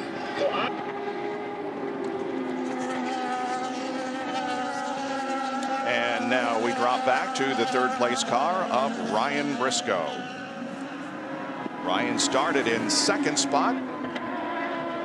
He's about 1.3 seconds behind Will Power. And back to 4th position. That is Scott Dixon. We have been telling you about how he has closed in, and really these first 4 cars are running within about a second and a half right now. And it's going to take one of these cars, someone, to either have a little more downforce in the front or something to force the issue before they can start breaking this thing loose. Little early to force any issue yet. We've got some more laps to go. Dario Franchitti runs in 5th position. He's about 9.2 seconds behind the 9.6 now behind the leader. Running on this racetrack for the first time, he qualified for the 6th starting position. And there is Paul Tracy, who is in 6th. The home country favorite. Now, he got by a lap car. He just got by Dan Weldon. So maybe Paul Tracy just saying, hey, Marco, hold everybody up. I'm coming. Well, he still got the desire and the drive. He had a great run at Toronto. 7th place car is Graham Rahal. On board with him, down to Robbie Floyd. Well, you notice on Graham Rahal, you can barely see it there, but he actually has his own caricature on his helmet. And actually, his chief mechanic, Todd Phillips, put a little Goober sticker underneath that. But his helmet painter's from Canada. He's wearing it, and evidently Goober's doing all right in 7th place. Just behind him, his teammate, Robert Dornbos. Both of these guys tried running an extra lap on that first stint, and evidently their team saying it did not pay off for either one of them. Just behind Robert Dornbos, not too far behind, is the 18 of Justin Wilson. Wilson has moved from 15th up to 9th place. He was working on mileage. He switched to the blacks for this stint, and he corrected the understeer that he was having earlier. That's a pretty good battle there between Dornbos and Justin Wilson, 8th and 9th on board with Justin. Boy, you just wondered what in the world was up with him when he had some really bad practices in qualifying, but that was explained earlier. Oh, and here comes Matos. Side by side through the corner. Matos is many laps down because he was sitting on pit lane, but he's getting after it. And he puts himself between Wilson and Dornbos. Yeah, Matos 10 laps down right now. But saying, hey, well, hey, it's a good test session. Let's see what I got. Well, he's not going to hold Wilson up. Yeah, that's for sure. Not as now. We're looking ahead at Matos. Well over the halfway point, 58 laps out of 95 completed at City Center Raceway in Edmonton, Alberta. Will Power is your leader. What's happened so far in this race? Jan has the recap. And of course, it was a great start. They were lined up side by side, but already in turn number 1, a little bit of pushing and shoving. And unfortunately, Rafael Matos got the chrome horn from Mike Conway, who ended up in trouble later. And talk about chrome horn, here's another one. Paul Tracy, pow, take that, teammate. He's still working his way forward. Of course, the class of the field was Will Power, pushing and pushing with a big lead, but a broken car for Thomas Schechter. Came in twice, went to the back. We suspect maybe a broken shock, but boy, this is the scariest moment. Watch his hand. As soon as it catches fire, Tony Kanaan puts down the visor. All the teams come to the aid. Extremely scary moment for Tony Kanaan. Thankfully, he was okay. Everything perfect for the pit stop for Will Power. A fantastic day for him. His biggest challenge, of course, has been getting by Marco Andretti, but you saw it on nonstop. He's done it. He got his way past Marco. Paul Tracy, meanwhile, trying to get to the front. And you can see we're lap 63, so we really are into our window right now of when the last stops are going to happen. And I think this is really going to be the key. Are guys going to go with the red tires or the black tires? Dario Franchitti and Paul Tracy both pitted while we were doing the recap. And since Will has got around Marco Andretti, he has put the interval back up to over 4.5 seconds. This is happening just moments ago as Dario Franchitti, who was running in the 5th spot, came in for the routine stop. And this should be his final stop. No need for another stop. Oh, and he stays on blacks. So he's now tried red and blacks, and he likes blacks. Paul Tracy does the opposite. Paul Tracy decided to go for the red. So a little bit of differential deciding on which tires you want to be on. Now, Will Power's like, oh, time to pit. And that is his in lap. Hopefully the lap right there, he put in a blistering one just to give himself a little bit of gap. So Will Power comes in for his stop. Ryan Briscoe, by the way, has gotten around Elio Castroneves. Oh, but Castroneves is in. Yeah, just went in for a pit stop. So did EJ Viso, and Will Power is away. So let's see, there's Elio coming into his box. We see the yellow car of Will Power. Lindy. And Elio Castroneves, Tim Cindric tells me that they will make no adjustments to that car, and he is already right back out. And we're expecting Ryan Briscoe to come in anytime as well. EJ Viso making a stop. He's rolling back on the racetrack. Power on black tires as well as Elio, both on black Firestone sidewalls. And here is Dan Weldon, who was in 15th position. Then the National Guard Panther Racing crew goes to work on that machine. Boy, when they go for those wheel guns, just the amount of carbon, just that brake dust. They, of course, use steel rotors. They don't use carbon brake rotors here. Well, look at this train. Oh, look out, Justin. Wilson. Oh, that's because Tracy's in trouble. Tracy slows dramatically. Big time. Let's see, where's Tracy? No, he's back up to speed. Yeah. Maybe a little gearbox miscue. I don't know. We'll keep an eye on him. Meanwhile, Ryan Briscoe gives up the lead to come in for his stop. Now, he would have really stood on it to try and done a quick in-lap. We'll watch the interval, see if it's enough to get back to Castroneves. Oh, there goes Power, but where's Castroneves? He's coming. He might do a payback here. Remember, that's what Castroneves did to him on the first stop. Which one gets it? I believe that Briscoe put one back to Castroneves. We'll have to be sure. Now, Scott Dixon is not pitted, so he is the leader. And then did you see the gap there with that camera pulled out? The distance that Power has between the Team Penske cars of Briscoe and Castroneves? Here's Scott. He enters the pits. Again, we talked about it earlier, pit in and pit out laps. This guy you're looking at right now is as good as anybody at coming in on that pit in lap when it counts. Chip Ganassi is not in Edmonton, not feeling well, staying back home, and he's watching his driver pit, Lindy. And Dixon is getting black tires, and they told him, you are faster than the Penske cars, you are faster than most of the cars in front of you. Said, hey, it's not going to be easier than what Will Power just went by, right, guys? He's going to get him. Yeah, Will Power got him, but he might get out in second. No, I think he's got a straight run down there, too. He got it.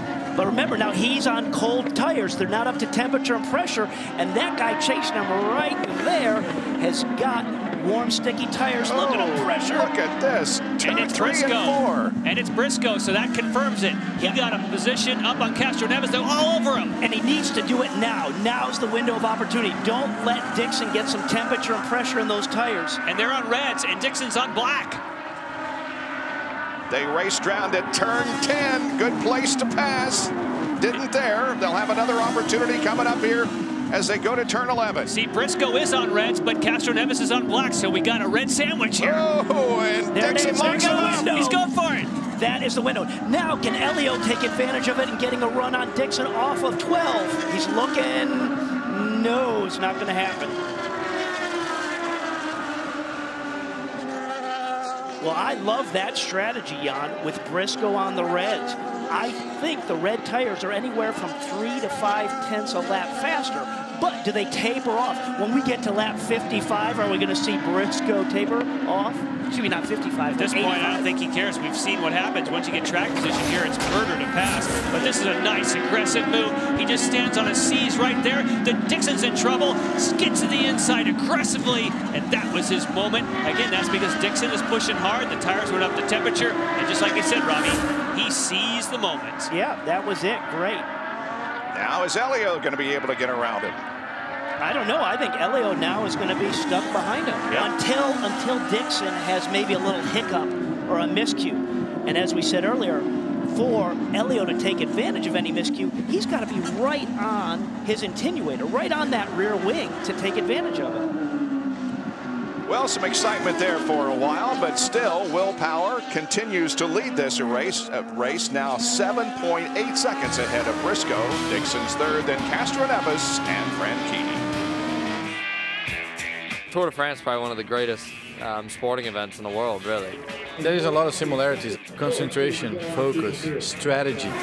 The mental aspect of things is probably one of the most similar. When you start to lose concentration in a race car, you start to make mistakes. Oh! The back, ooh, that's nasty. Teamwork, I mean, that's all we have, and that's all they have. It's similar strategy. You got to wait until the end to push hard. Finishing position's important as you go from day to day, just as it is from race to race for us. When you have like people in front of you, you draft as well. A little bit easier for us that we just have to press one pedal to have the power. They have to have the power in their legs. It's not the Honda engine, you know. I mean, it's your legs, and whoever had more of that is definitely going to be an advantage. Well, the Tour de France has finally reached Paris after 3 weeks. Recap the action and excitement of the final stage of the greatest riders in the world descend on the Champs-Élysées. The Tour de France expanded coverage concludes tonight at 8 o'clock Eastern, only on Versus, available on Versus HD. And one of the true constant watchers of the Tour de France was Jan Piquez. And funny that we're now going with the leader who's in yellow. And if you're a Tour de France fan, right. You know that the leader wears yellow. So there you go. All right. Here are the top 10 as we have completed 69 of 95 laps. Power first, down to Robert Dornbos, who is running in the 10th position.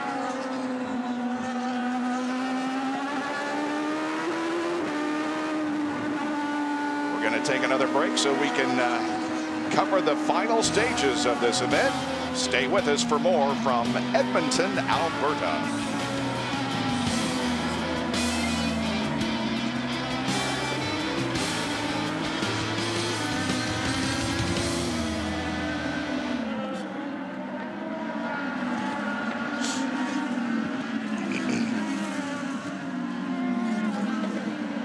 This is when you were in the restroom. This was awesome. Danica leaves the pits, and then watch. She's going slow. Watch Briscoe. Watch this. Jam it. Jam it. That was a good one. Jam it. And that put her in the front of those other guys. Oh, we love it. Oh, yeah. Love it.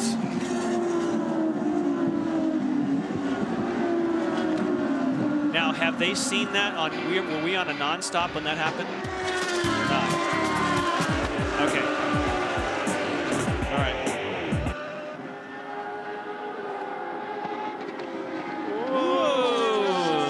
Marco, coming through. Push it through, Elio. Oh, come on, you can do it. Oh, that was close. Yeah, take that. Oh, yeah. Oh, okay, we're seeing it. Okay, yeah. Good. Brian Barnhart told him. Brian Barnhart told him to cut off the grass too if you need to.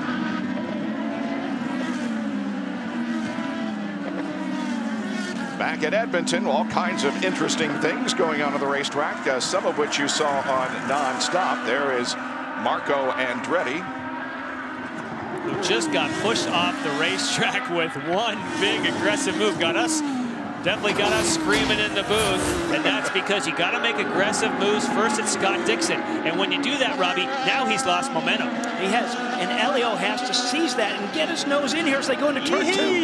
And he does, and Marco, good heads-up driving. He doesn't try to stay on the track. He's like, I'll just go through the grass. That's okay.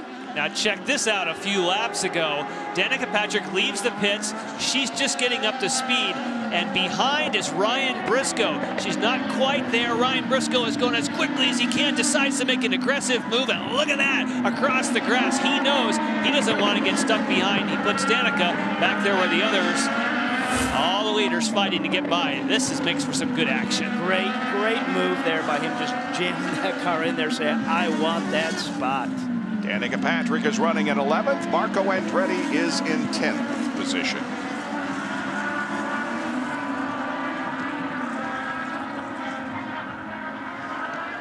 You know, Briscoe had no choice in terms of what he had to do. I mean, he could have been thinking big picture championship, but if he wants to get close to power, the last thing he needed to do was get hung up behind Danica on that. Down to Robbie Floyd, who has more on Marco.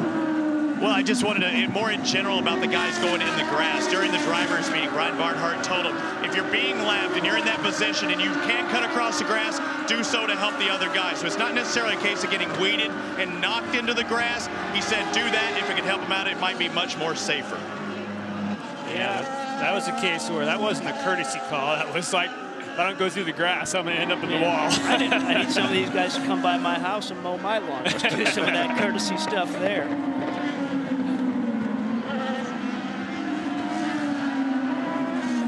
Elio and Ryan Briscoe.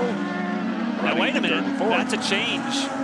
Castro Neves has got by Briscoe because Briscoe, after that last round of pit stops, was ahead of him. So Castro Neves has put a move. Oh, is he in trouble? Briscoe seems to be losing ground. And that's on board with Conway, who's laps down. We know he went off the first lap. Obviously, they got him back out and running. But you're right, he's all over Briscoe. Remember, Castro Neves is on blacks. Briscoe's on reds. And the first thing you said was they'll be faster first, but will they be faster later? Maybe those reds are starting to fall off. Boy, it seems so early for him to be falling off. I mean, you know, it should go pretty close to the stint. I would have thought it was the last 5 laps. Or maybe he says, okay, I'm just going to slow it down here. I don't think so. not to that extent. You're not, you know, everybody's made their last stop.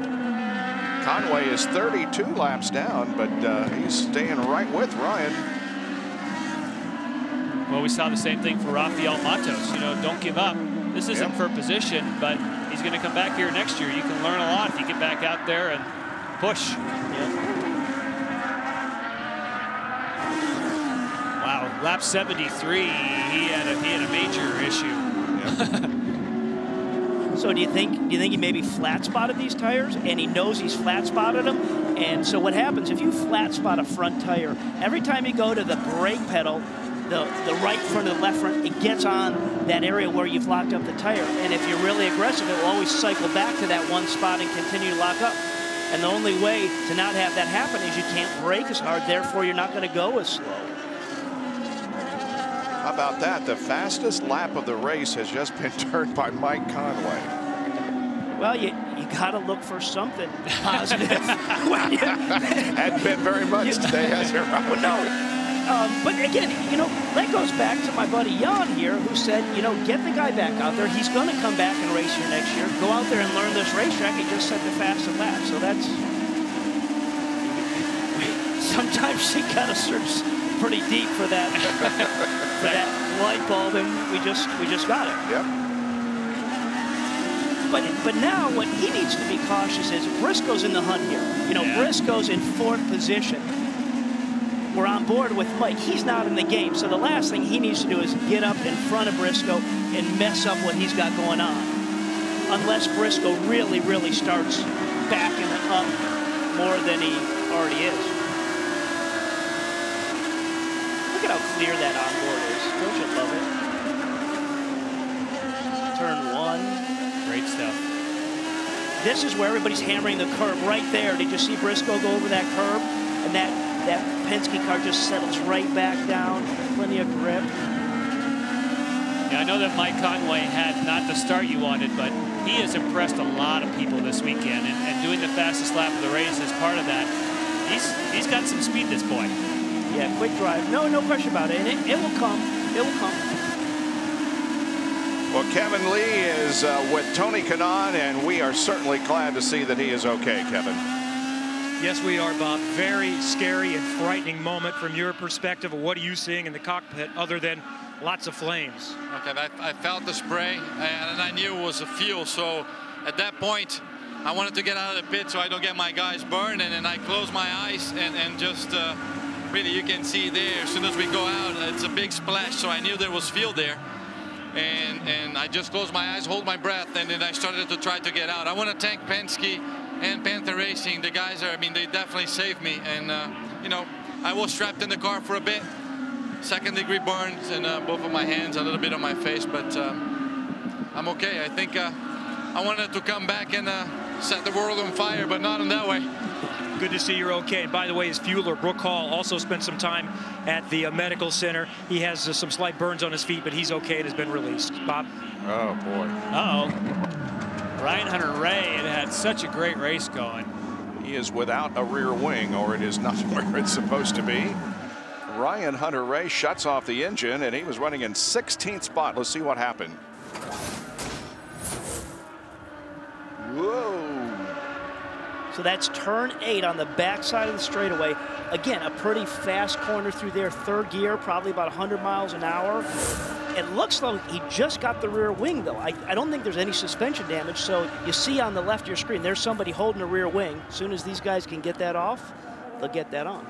He's going to lose a lap, but he'll be able to get out there and race with Mike Conway. Yeah. We haven't had a full course caution. It's amazing. Wow. And the Indy Lights didn't either. How about that? Wow, about that. I think we'll be talking to lots of people then. What do you think? Yeah, we've got a few minutes to fill here, but... the day is young, as they say, Bob. That's right. Well, they popped the engine cowling off, so they must have had to do that to get to something on top of the attenuator. That's where that rear wing mounts back onto. Hasn't been the best of marriage, if you want to say that, between Ryan Hunter-Reay and Foyt. I mean, they've really struggled. The first race he did at Iowa, there was an incident on the first lap, and they haven't gotten the momentum they'd like, which is too bad. Watching Scott Dixon and Elio Castroneves here, second and third. They're about 4.5 seconds behind the leader, Will Power.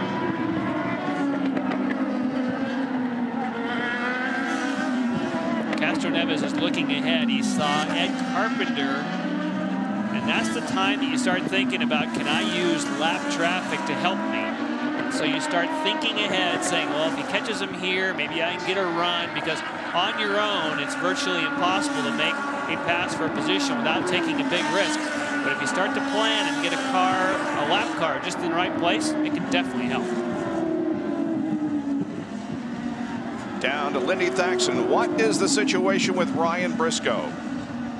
Well, we heard that there was something wrong in the rear, saying that it's not tires, but something in the rear just doesn't feel right. And I went over to Clive Halley, standing there with his stopwatch timing it, and he said, you know, I think we're okay. I think we're going to be fine. Okay.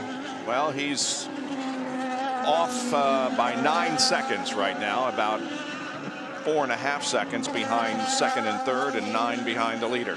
And that last lap time by, if you look at the three guys in front, Power, Dixon, Castroneves, they were all running about 3 or 4 tenths a lap faster than them. Yeah. So I wouldn't say everything's fine. I would say that's correct. We have less than 15 laps to go in this one. It's still Will Power showing the way over Dixon, Castroneves, Briscoe, and Fred Keating. Bob Jenkins, Robbie Buell, Jan Beekes, Robbie Floyd, Kevin Lee, and Lindy Thaxton back at Edmonton, as we now have a battle for second spot, as Scott Dixon got a little loose and allowed Elio to close in. So this is the battle for second position, and here comes third back there, Ryan Briscoe. And a great position for Elio right now, because he's definitely hounding the back of Dixon, but you saw that slower car up ahead of him, Ed Carpenter. So now is the time where he just may get a little bit of a hiccup out of Dixon. So as I'm Elio, I'm going to stay right on the tail of Dixon, just as they are trying to work their way by Carpenter. That was a great segment, the In Color, where he talked about controlling rage, that he was a laid-back guy, and that for him it was actually sometimes more about getting revved up than it was about holding back. But when he has a car that starts to step out on you, that's where you got to control your rage, because if you push too hard, you end up backwards, and he needs points here. Yeah. But, you know, just because you're a quiet demeanor or come off as a low-key demeanor outside their car, when these guys put the helmet on, I mean, they flick a light switch. You know, they may sound wound up and stuff in the car, but they know exactly what they want to get from it and do. Some of them go a little bit far and use some better words of describing it when they put that helmet on and do some extra gestures. Oh, he's close. He's close, Robbie. Yeah, that's the tease look. I'm just going to fill your mirror, let you know I'm here. This is where he had a little trouble last time, did Scott Dixon. Yeah. Since Kansas on April the 26th, that's where Scott Dixon started to put together a string of finishes. His worst finish has been 6th during that time period. That was at Indianapolis. Otherwise, it's been 3 wins, a 3rd, a 5th, and a 4th. I really would have liked to see more how this would have developed from the standpoint. Briscoe's on the red tires. The top three guys, Power, Dixon, Castroneves, they're all on the black Firestone sidewalls. And I truly think the red Firestones were a little bit quicker, but unfortunately he's got something else going on, that is Briscoe, that's made him slip back from those guys. I just would like to see how that size done for our knowledge of what Firestone does with providing us the primary and the alternate tires. Dario Franchitti still runs fifth, about 19 seconds behind the leader. See the new sponsorship on that side pods of the car. Vaseline Men lotion. Good looking car. There's Robert Dornbos blowing by Ryan Hunter-Reay. But we just saw him in the pits, so he was just being courtesy. He's got a rear wing on there. He's just going to let the guys that are out there racing get by and find a good segment out on the racetrack and finish this thing out. Oh, but here they come, because Ryan Hunter-Reay has now slowed Ed Carpenter. So now they're going to be closing on two cars, battling not for the lead. This is going to get good. Oh, Elio smells blood. Wouldn't you? There it is. Scott goes outside and Elio goes inside, and Elio gets second. That was an aggressive move. Well, that's it. That's what you wait for, is that whole mix it up, throw the dice.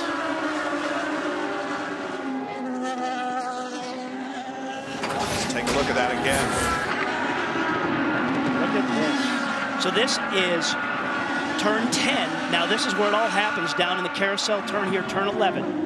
Now right here, Dixon can't see Castroneves because he split Ed Carpenter, but he did check the mirror and gave him room. He knows discretion is the better part of valor, but nice job, Castroneves. Less than 10 laps to go in this one. Will Power continues to lead. Elio and Scott Dixon are about 7 seconds behind, battling for the second spot. On board with Will Power, and this could be a 1-2-3 finish for Team Penske, although Scott Dixon right now is preventing that from happening. But as you can see, the last time that they swept the first 3 positions in a race was in '94 at Nazareth, Pennsylvania, when Paul Tracy was the winner. Right now it's Power, Castroneves, Dixon, and Briscoe. But what about Will Power? Does Roger Penske give him a full-time ride in 2010? I'm not sure it happens in 2010, but he's obviously part of that Penske family, and I think that's why we see him in the position he is right now in this 12 car for Penske Racing, is to keep bringing him along. Is he going to slot in when you got guys like Castroneves and Briscoe right now? I don't know. I mean, there's obviously some master plan there, and it's a good one. And if I was Will Power, I'd be, you tell me what you want me to do. Tell me when you want me to win races, I'll be there. and my day will come. My day will come. Down to Kevin Lee. And remember, last year, Will had a pretty nice season in his debut in the IndyCar Series with KV Racing Technology, and he was one of those guys on the outside looking in during the winter, and he had a dilemma. Is he going to take a lesser ride or this that guaranteed nothing more than really one race? I think everybody agrees that this was the best opportunity, even with nothing guaranteed. Just being involved with Penske and having an opportunity when you do race to run up front. It's eventually going to work out for Will Power. If not with Penske, he's shown that he deserves a good ride. He's sure showing it today. He has just dominated this race. Has led 83 of the 88 laps that we have run. And you know, there have been occasions when he's been ultra fast in qualifying and then he shoots himself in the foot in the race. But today, he got behind Marco Andretti and he didn't force the issue. He waited for a heck of a long time before he finally made the move. So he is matured and probably had plenty of coaching on the radio, but there's no question that's not over yet. But if he continues as he is, there's no question that he's done anything but shoot himself in the foot today. But let's go back and look at this year. Toronto was on the podium. He went to the back of the pack after the start of it because he had contact at the start in Toronto. So he didn't do anything crazy coming back up through the pack.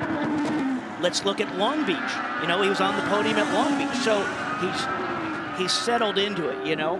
I think that's the biggest thing that the guys on his pit stand is we just have to learn what we say to him to rein him in and say, you have a good car. You don't need to charge and get past Marco in these next 2 laps. Just wait. Wait, it will come. He's going to cross the line here in a moment, and that will be 5 laps to go.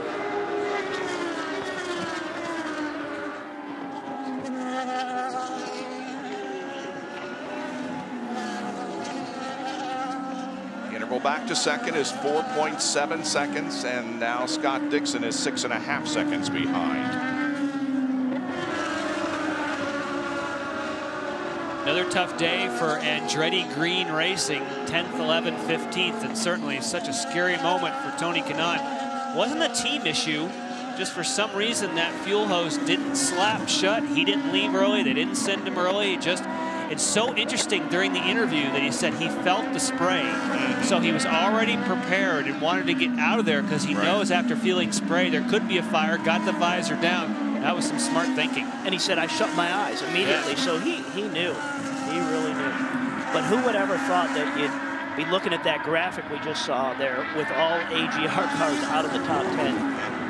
And there's always a chance of burning your palms in a car because they put leather on the palm because you got to get grip on the steering wheel, and all the backside of the hand is where the Nomex fire retardant is. So it is always potentially an issue to get burns on the front of your hands because you got to leave something there to get a good grip on the wheel. Didn't you used to drive without gloves? Not me, Robbie. No. Did you?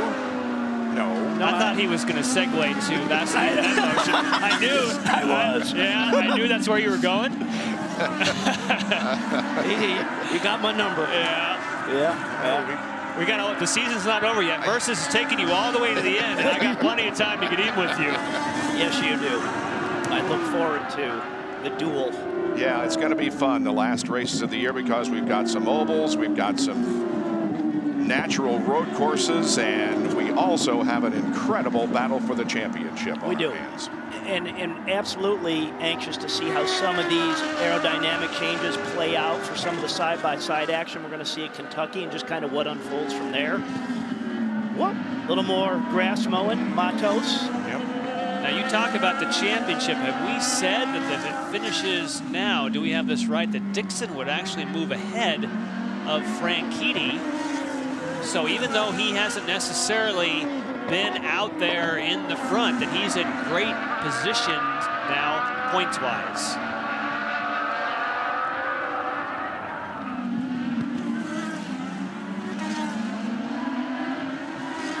And let's just go back to that kind of pass that Elio tried on him earlier in that gaggle, and he was heads up to let him go there. And if we're looking at this screen here, we got Dixon, who somewhere in here has gotten, Elio's gotten back by Dixon, and Dixon's going back into the now collection. check this out. Now, see, that's Briscoe. the thing. We spoke a little bit too soon because Briscoe, who we were told is going to be fine, maybe he is going to be fine because he seems to be now closing in on Dixon. And this would give us the Penske 1, 2, 3. Yeah. Now, where did I miss where Elio went back by there? Hey, maybe looking here in turn 1. Nope.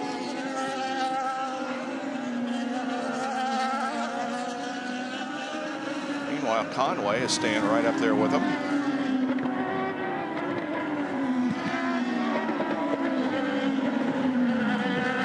We will have a new points leader again if they finish the way they are running right now.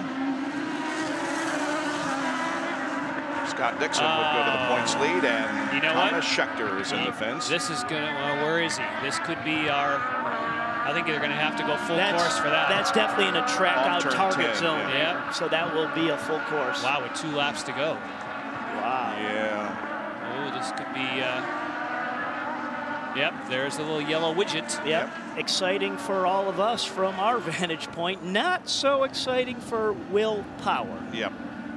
White flag comes out with the caution flags, and so we will end this race under caution. So that's okay for Will Power. Yeah. There you go. Great for Will Power. Went from if there was going to have to be a 1-lap shootout where he lost his big gap to, okay. Yep. Thanks, Thomas Schechter. And probably some pretty nervous moments for Scott Dixon, who thought maybe he was going to get some heat from Briscoe. Yeah. Well, no question about it, Will Power dominated this race, showed his strength, and he can be so blindingly fast on some of these street and road courses. I just remember watching him last year in Australia and how he hammered the curbs there. And if he needed to go 2/10 faster, it's like he could almost do it at will. If somebody's getting closer, he'd just go out and go faster. So he's got the speed. Now he's got a great win here. And it'll be his first win in the IndyCar Series. And his fourth win in open wheel racing. He won at Las Vegas and Toronto in 2007 and at Long Beach last year.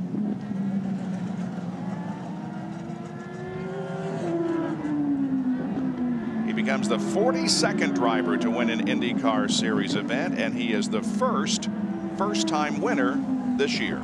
And you see the standings at the top of the screen on our ticker, showing you that Dixon is going to be in the points lead by 3 over Franchitti after this race. Here are the twin checkers, and Will Power now officially is the winner of the Rexall Edmonton Indy for 2009. Great win and a great drive for Will Power. We'll be back to talk with him in just a moment here on Versus. The race has been won, and Izod salutes a winning performance. With Izod victory lane, here's Lindy with Will Power.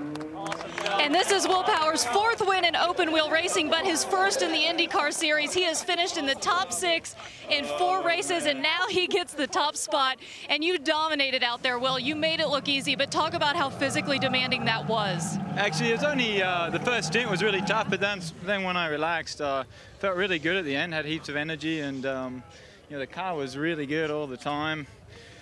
It was a bit messy there when we were stuck behind Marco, but great job for the guys. Just I'm so happy. It's like everything's going so well this year. I'm really, really glad to be a part of this team. Let's talk about that with Marco. How much patience did that take? Well, once I realized I couldn't get past, so it was going to be risky getting past, I just saved fuel and I was patient. And then when I saw my chance, his tires went off, I went for it. So it was a great day, you know. It was had a bit of everything. I loved that, loved it. And let's get down to it. Being a part-timer with Penske, how bad did you want this? I wanted it bad. I mean, every time I get in the car, I want it bad. And, you know, sitting and watching is real tough, but I don't mind as long as I'm in this organization, because every time I'm in a car, it's a really good one. Will Power, congratulations. Thank you. John Erickson, 5 races now. You have not finished outside the top 6. You've been on the top of that box, but this is your first ever IndyCar Series victory. How does it feel? Terrific. You can't say enough about Will, though. He did a terrific job. He did a good job at Long Beach, Indy, obviously, and I can't say enough about him. The guys had good stops. Obviously, the car was prepared good, and everybody did great. You had a strong lead, about 5 seconds, but you didn't lose a touch. And again, this is a hodgepodge crew that you had here. You didn't lose anything in that pit stop. It's mostly the sports car crew, but they did a good job. We had a good gap, got into some traffic. That gap shortened up, so we tried to wait until we could get that gap wide enough. But yeah, good stops, terrific stops. When you haven't had that first win, how hard was it for you up there on the box? Because it looked like it was the perfect day. Well, it's like the rest of these guys up and down pit road. You always want that first one, and now we got it. It feels good.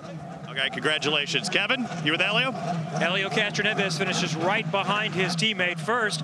Will Power helped you out earlier this season. How happy are you for him to get to victory lane in the IndyCar Series? There is no doubt about when Team Penske told about Will Power would be in the team. I had no question that the talent is there, and I think everybody was always outspoken about that.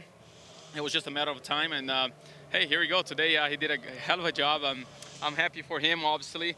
And again, it was a big battle out there. It was very hard. It was very tough, and it towards to the end, I was just pushing as hard as I could. Obviously, I want to win for my guys, but it turned out to be a 1-2 Penske finish. I wish Ryan would have been there, but Scott sneaked it over there, right there in the end with the pit stop strategy. So that definitely showed that working together, it's paying off. And hey, now let's keep continuing working to help us to stop the Ganassi guys. Today, so far, it worked. You got to second with about 10 laps left, getting by Scott Dixon. How much did lap traffic come into that? A lot. I mean, obviously, traffic, it was very, very difficult. especially just to follow. I mean, not only to be behind, but to follow. I mean, and keep it like with a good pace. Very, very hard. And you gotta have the momentum there. We have like a bunch of cars together. I'm like, man, this is gonna be my only chance. And I remember last year, Scott was in front of me. I'm like, we never got traffic, so this time I took advantage. It paid off. Strong run for Helio Castroneves. He finishes second. Bob? This is the 142nd victory for a Roger Penske-owned car in a major American open-wheel race. And the win comes in Roger's 1,200th start as a car owner. And here we salute the winning team members who, of course, play such an important role in getting their driver to victory lane. Will Power is the man in victory lane here at Edmonton. Back in a moment. The race has been run, and Will Power is the winner here in the Rexall Edmonton Indy. And our Firestone pit performers, well, Helio Castroneves had the best total time. No question that they were quick on pit road. In fact, the second pit stop he made, that was ultra fast when he was trying to close that gap at that time on Briscoe. Robbie is with Dario Franchitti, who finished 5th. 5th place, Dario, but are you happy with that result, knowing that coming into this event you'd never been here and really didn't have the car set up the way you wanted to early? It's okay. I mean, it's okay is about all I can say about it today. The Target guys worked butts off all weekend to give me a good car, but we just didn't quite get it. We didn't get the handle we needed. They did a great job in the pits. On the reds at the start, I was pretty good.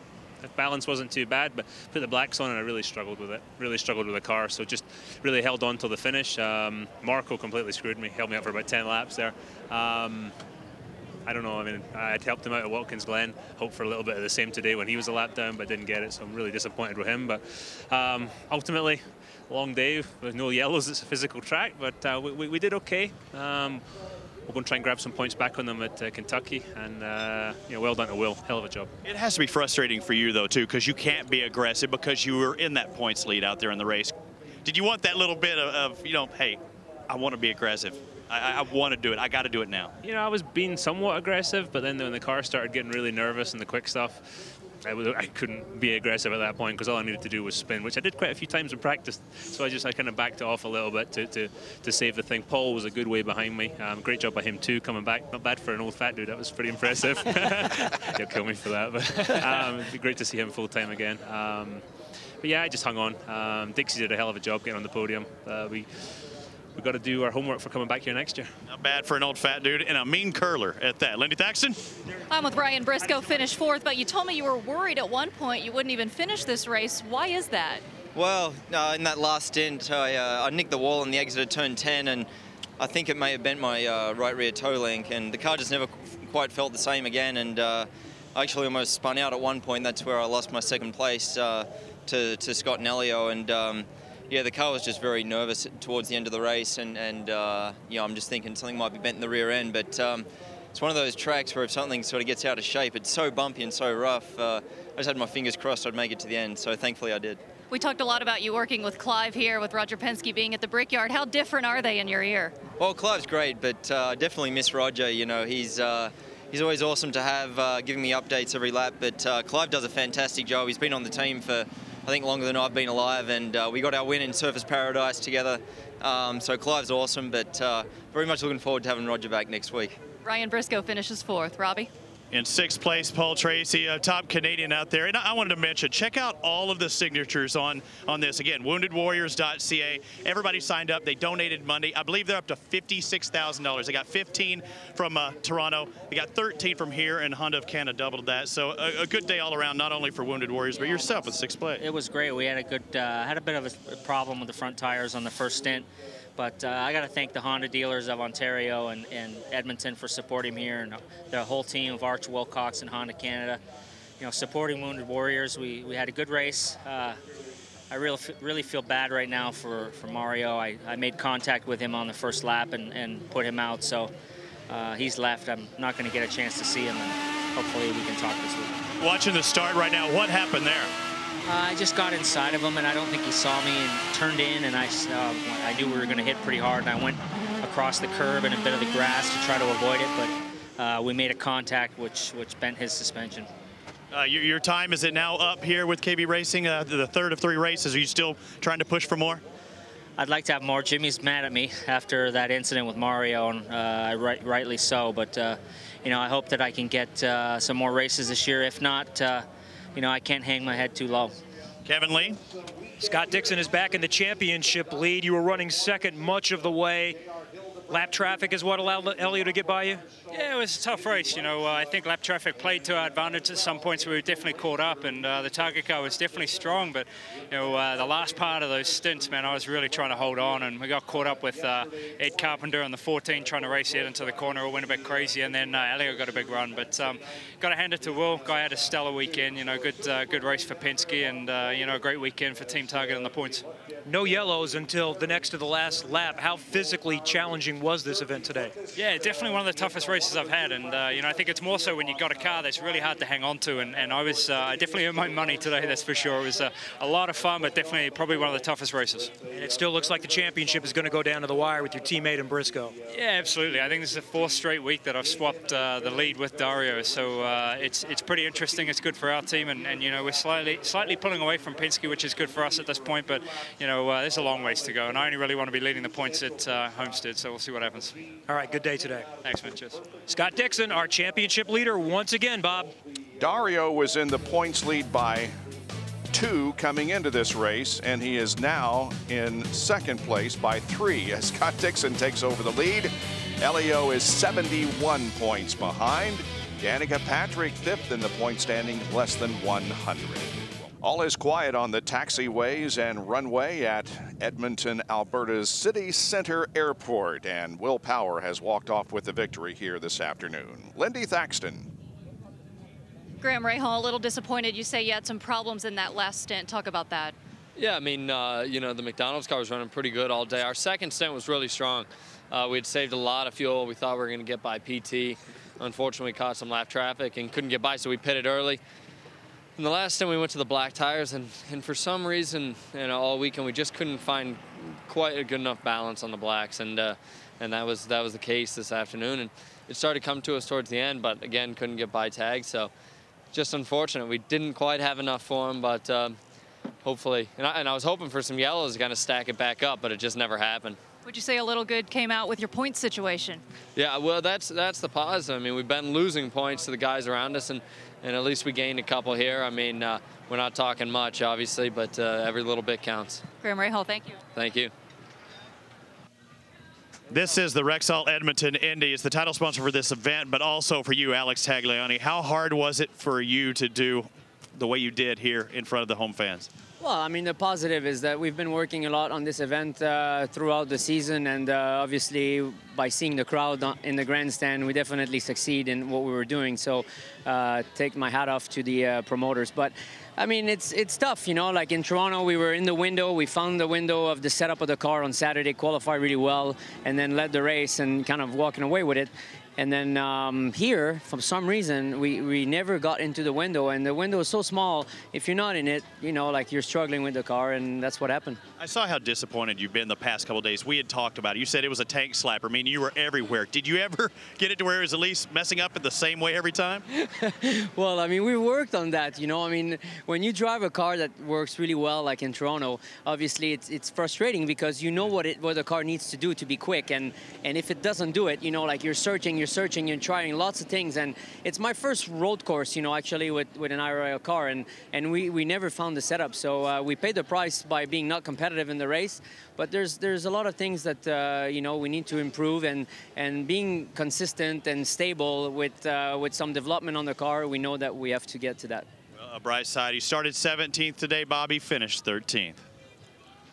Alex Tagliani for Conquest Racing finishes in 13th position. By the way, Paul Tracy had his best finish this season as 6th. Robert Dornbos equaled his best finish in the IndyCar Series with his 9th place finish, his 3rd 9th place finish in the last 4 events. Once again, here is the rundown of the finishing order. 8 cars were on the lead lap when the checkered flag dropped, and we were within 2 laps of having the very first caution-free race in IndyCar Series history. But with 2 to go, Thomas Scheckter got into the fence, and we had to end it under caution. Oh, so close. Oh, so close. We have more. The podium underway here at Edmonton. More in a moment. Stay with us. Here's how things unfolded at City Center Raceway today in Edmonton. It was a wild start right from the get-go with contact in the middle of the field. Conway getting into Rafael Matos.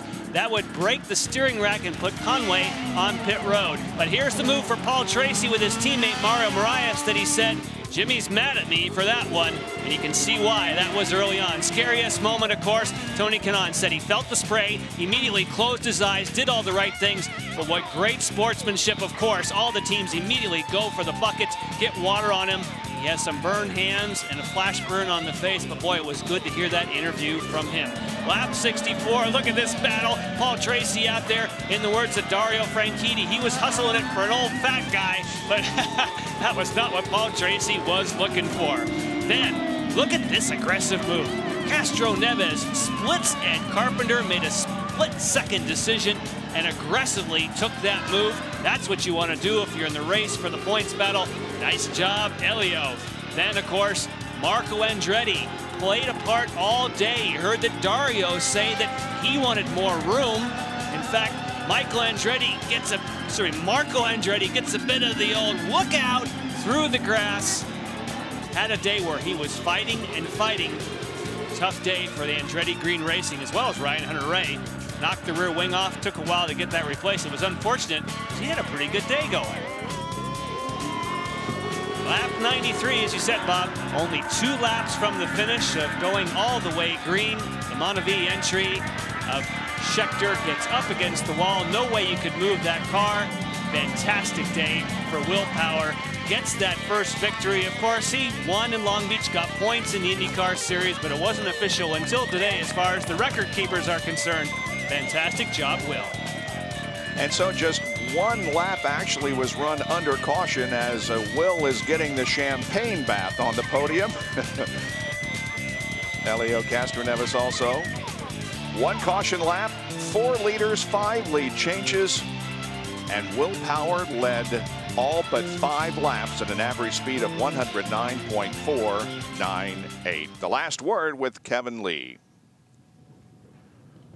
Tim Cindric is the team president for Penske Racing. What a day for your guys. Not a podium for everybody, but 1, 2, 4. That's good enough, isn't it? Yeah, it was a great day for all of Penske Racing. And, you know, I think that Will, without a doubt, you know, did a great job. He came here and he's delivered for us every race. You know, it's a shame Roger couldn't be here to see this today, but he's off working the brickyard for us. So, anyway, to come home 1, 2, 4 there, you know, you can't really ask for a lot more. Obviously, 1, 2, 3 is what you want, but you can't get greedy in a thing like this. Well, Will's got 3 more set on the schedule. Does a win earn him another start this season? Well, right now, you know, it's all about logistics and sponsorship, and I think going forward, we're going to stick to our guns this year, and hopefully we can put something together for him next year because he certainly deserves it. And Will Power comes back in for the last word. What a day and what a drive for you. You've won before, but what's it mean to you to win for the first time in the IndyCar Series? It means a lot, you know. I've been knocking on the door this year a couple of times, and it was a great weekend, and very happy to be a part of this organisation. You know, you don't seem to have bad luck here. Everything seems to fall in place, and you know, I've really enjoyed this year with my racing. Did you ever second guess your decision to step into a situation where there was nothing guaranteed? No, I hardly even looked at the contract, and I signed it, and I was very willing. I told them that when I interviewed with them, and you know, I was just very grateful that Roger and Tim has given me this opportunity. Congratulations on a great day. Will Power, Tim Cindric, they're in victory lane here at Edmonton. Bob? All right, thanks, Kevin. Good work down there on pit lane. Well, now there are 6 races to go, and you will see all of these 6 races on Versus. And we go now to Kentucky to the 1.5-mile tri-oval down there next Saturday night under the lights. Mid-Ohio and Infineon will be after that on natural road courses, and then back to the oval. So it should be a good battle to the championship on a very diverse type of racetrack.